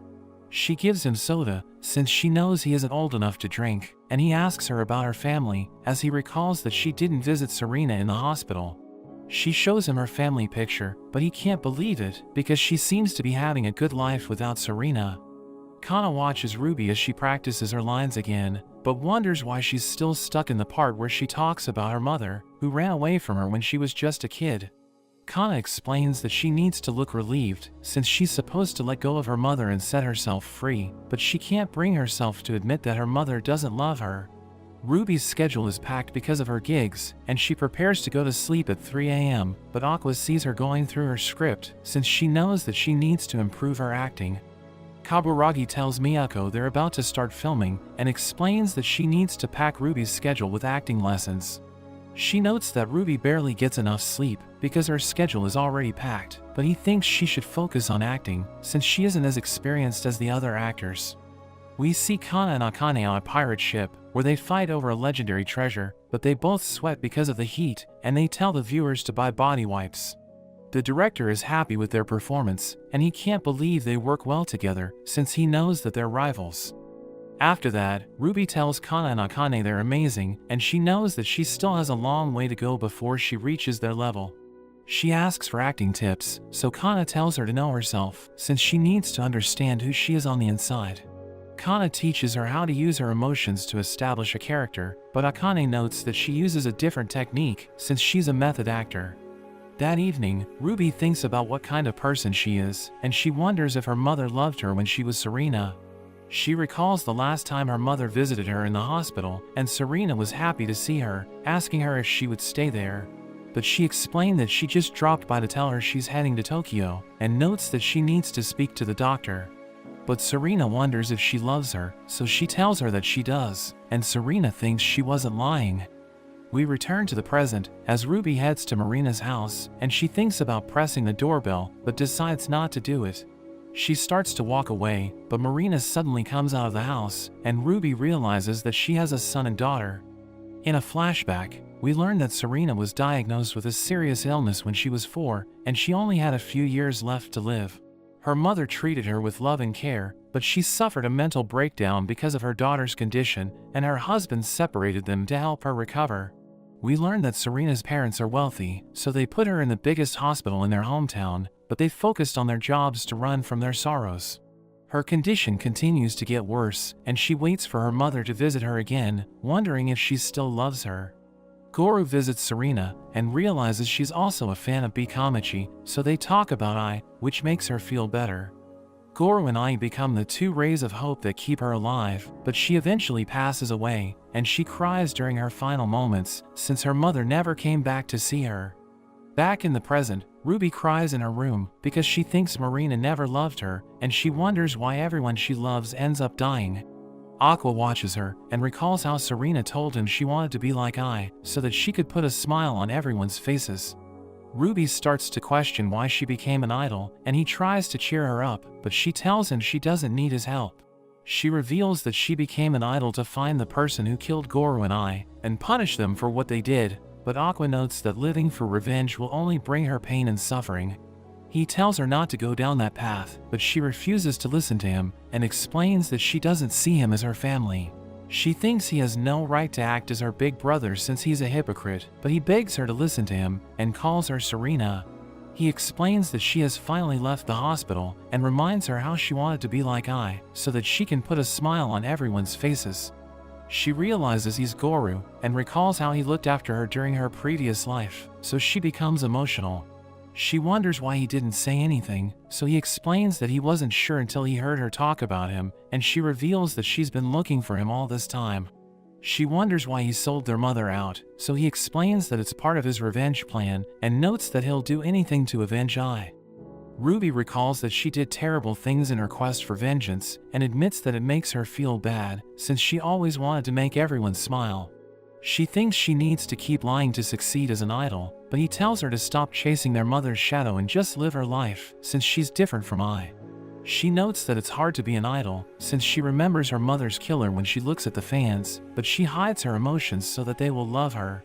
She thinks she isn't good enough to succeed in the industry, but he explains that he's her #1 fan since she never stopped dreaming, even though she was confined to the hospital. We see the girl watching them from a distance, and she knows that Aqua has inspired Ruby, but she wonders if he made the right move, since it might have been easier for him to execute his plan if Ruby hated him. Ruby washes her face and realizes she can trust Aqua, but she recalls that he told her he would marry her when she turned 16, so she tells him she's finally of age. The next day, Kana and Cho see Ruby as she clings to Aqua, and Kana tells Ruby to get off him, but Cho thinks they look good together, so she takes pictures of them. After that, Cho notes that Ruby's schedule is packed, so she must be leaning on Aqua for emotional support, but Kana thinks she needs rehearsal time since her acting still hasn't improved. Kana is glad that she's feeling better, but notes that her schedule needs to be balanced, and Cho thinks Miyako is the only one who can help her. We see Miyako as she receives another offer for Ruby, and she knows that it's a huge gig, but she doesn't think it will fit in Ruby's schedule. She recalls that Aqua told her to keep Marina away from Ruby, and he explained that they have a history with her, which is why Ruby becomes unstable whenever she sees her. Miyako knows that she needs to think about Ruby's health, and she also wonders how they'll replace Kana, since she'll graduate at the end of the year. Miyako thinks she should push Ruby, but she isn't sure if it's the right thing to do, and she wonders what Ichigo would have done. Miyako heads to her favorite bar, where the bartender tells her to take care of herself, since she might die from overworking. She explains that she needs to look after her talents, and the bartender asks her if her kids are doing okay, so she notes that their manager is taking care of them. The bartender tells her to pay close attention to them, but Miyako notes that the twins hide their emotions, so she doesn't know how they feel. She notes that she isn't their real mother, and she starts to cry, since she wants to spend time with them as their manager, but she's the only one who can run their agency.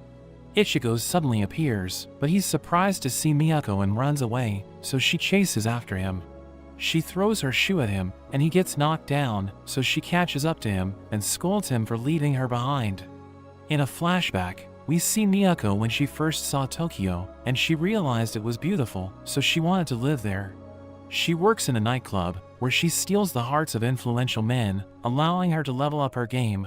She receives job offers and becomes a model, but she doesn't make it in the business, since she isn't as special as the others. She continues to spend time with wealthy men, but after she graduates college, they suddenly lose interest in her. She doesn't care since she knows they're playboys, and she helps them meet younger girls so that she can make ends meet. She eventually meets a man who invites her to be his mistress, and he makes a move on her, but Ichigo suddenly interrupts them. He notices that she isn't satisfied with her career, so he invites her to work with him, and she realizes she enjoys being a manager. He asks her to marry him, and promises to work hard so that he can show her the most beautiful sight in the world. He takes Bikamachi to the Tokyo Dome, and tells Miyako their dream is to light it up with glow sticks, so she decides to stay by his side. We return to the present, as Miyako reminds Ichigo about his promise, and tells him she still hasn't given up on their dream. The next day, Miyako tells everyone they need to make changes in the company, and introduces Ichigo as their new janitor. She gives them their assignments, and notes that she'll take over as Ruby and Aqua's manager, but they wonder who will run the agency. She points them to Ichigo, telling them he'll take care of it, and they're surprised to learn that he's her husband. After that, Ruby is glad that Ichigo was able to talk things out with Miyako, but he explains that he didn't have a choice, since she threatened to sue him if he didn't return. He reveals that he got set up by Aqua, who promised to meet him at the bar, but he ended up meeting Miyako instead. Ruby believes that her brother dragged Ichigo back to the agency to help her, and she thinks he always pretends to be the bad guy, but he's actually a good person at heart. Ichigo checks Ruby's schedule and notes that it's too much for her, but Miyako explains that she only wanted what was best for her, since work could dry up for her in the future. He tells Miyako not to worry, since he can help her find jobs, and he gives Miyako advice on how to run the company. She thinks she failed as the president, but he tells her she did an amazing job, because their agency now has a good reputation in the industry. He explains that it wouldn't have happened if it weren't for her, so she starts to cry, but she tells him he still needs to clean the bathroom to make it up to her. He tells her to keep an eye on one of their talents, and she thinks he's referring to Ruby, but he explains that he's talking about Aqua, since he might break down soon. Akane goes through the script, but feels like there's something missing, and she wonders how the film is supposed to help Aqua with his revenge plan. Miyako tells everyone the filming will start next week and explains that it's a massive project for their agency, so they're about to be busy. Ruby thinks they can go on a vacation after they wrap things up, so Cho reminds her that they still need to practice for Kana's graduation concert. But Ichigo reveals that she has agreed to move her graduation and notes that they're scheduled to have a live tour at the end of the year. She explains that she couldn't resist since everyone in their agency wants her to stay, and her friends realize she's a pushover, so they tell her to treat herself better.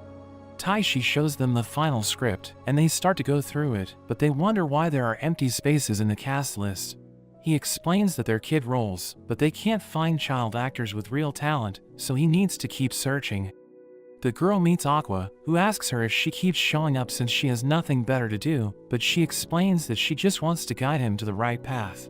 He wonders if she has parents, so she explains that she does, and tells him she was born as an ordinary girl. But he asks her if she wants to be a child actor, and she can't believe what he's saying. But that's where this video ends. Remember to like and subscribe to the channel. Thanks for watching, and I'll see you next time.